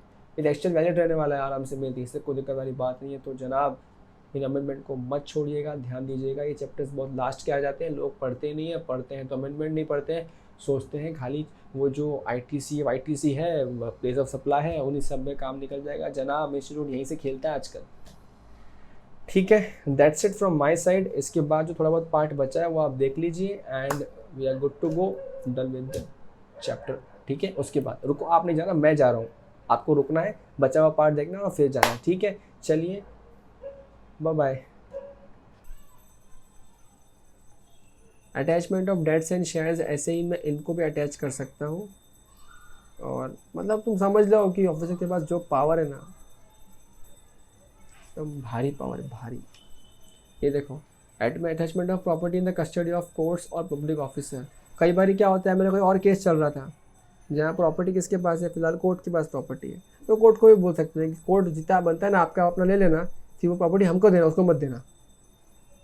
Attachment of interest in partnership, मैं किसी फर्म में पार्टनर था और फर्म में मेरा 30% का शेयर था, तो वो जो इंटरेस्ट 30% मेरा शेयर था ना, उतना हिस्सा का भी वो ऑफिसर अटैच कर सकता है कि क्या बोलेगा वो फर्म को, जो इसका प्रॉफिट रहेगा ना उसको मत देना, मेरे को देना। तुम समझ रहे हो मतलब कि एक्स्ट्राऑर्डिनरी पावर्स है गवर्नमेंट के पास। Continuation and validation of certain recovery proceedings, अब ये क्या है, ये मैं से ऐसे ही समझ लो भाई। देखो सपोज करो अगर मैं सेक्शन 74 फ्रॉड की बात करता हूँ, सपोज मैंने एक्स्ट्रा रिफंड लिया, और मैंने एक्स्ट्रा रिफंड कैसे लिया, मैंने एप्लीकेशन फाइल किया और वहाँ पे सपोज मुझे मालूम पड़ेगा कि मेरा कौन सा ऑफिसर ऐसा है जो एप्लीकेशन पे DSC मार के रिफंड प्रोसेस करता है।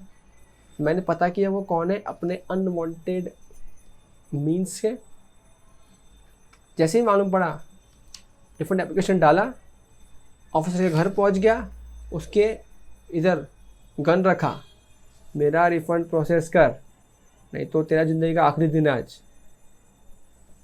ऐसा करके मैंने इस तरीके से मैंने रिफ़ंड ले लिया। अब वो रिफ़ंड का जो फ्रॉड से रिफ़ंड लिया वो तो 74 में जो होगा वो तो होगा ही होगा, लेकिन ये जो किसी को अटेम्प्ट टू मर्डर वाला केस करना, किसी पे इस तरह से गन रखना, ये जुर्म है, दिस इज क्रिमिनल ऑफेंस। तो जो पेनल्टीज आपने ऊपर पढ़ी हैं वो तो जीएसटी लॉ की पेनल्टी, वो तो आपको देनी ही देनी है। लेकिन इसके अलावा जो वो सीआरपीसी के अंदर या आईपीसी के अंदर जो धाराएं हैं वो भी आप पे लगेंगी। अगर उनमें जेल यात्रा है तो वो भी आपको मिलेगी, उनकी पेनल्टी अलग। ऐसा वहाँ जाके नहीं बोलने का कोर्ट में, सर मैं तो जीएसटी पेनल्टी दे के आया। बोला जीएसटी पेनल्टी चिंदी था, तू क्या किया, किसी के माथे पे गन रखा, तू पागल आदमी है बेटा, तू तो गया। जैसे ही तेरे को ऑफिसर छोड़ेंगे ना, वैसे ऑफिसर लोग हम तेरे को पकड़ लेंगे, ठीक है। So this was your complete chapter which was known as demand and recovery. I hope ये चैप्टर आपको बहुत अच्छे से समझ में आया हो। हमने ट्राई किया है कि हम लाइव एग्जाम्पल साथ में डिस्कस कर सकें और बहुत तरीके से शिद्दत से पढ़ सकें बिना टाइम वेस्ट किए हुए। इसी के साथ हम चलते हैं आज इस लेक्चर से बाहर। मिलते हैं अगले किसी क्लास में, तब तक के लिए शुभ रात्रि, शुभ अलविदा, बाय बाय, टेक केयर।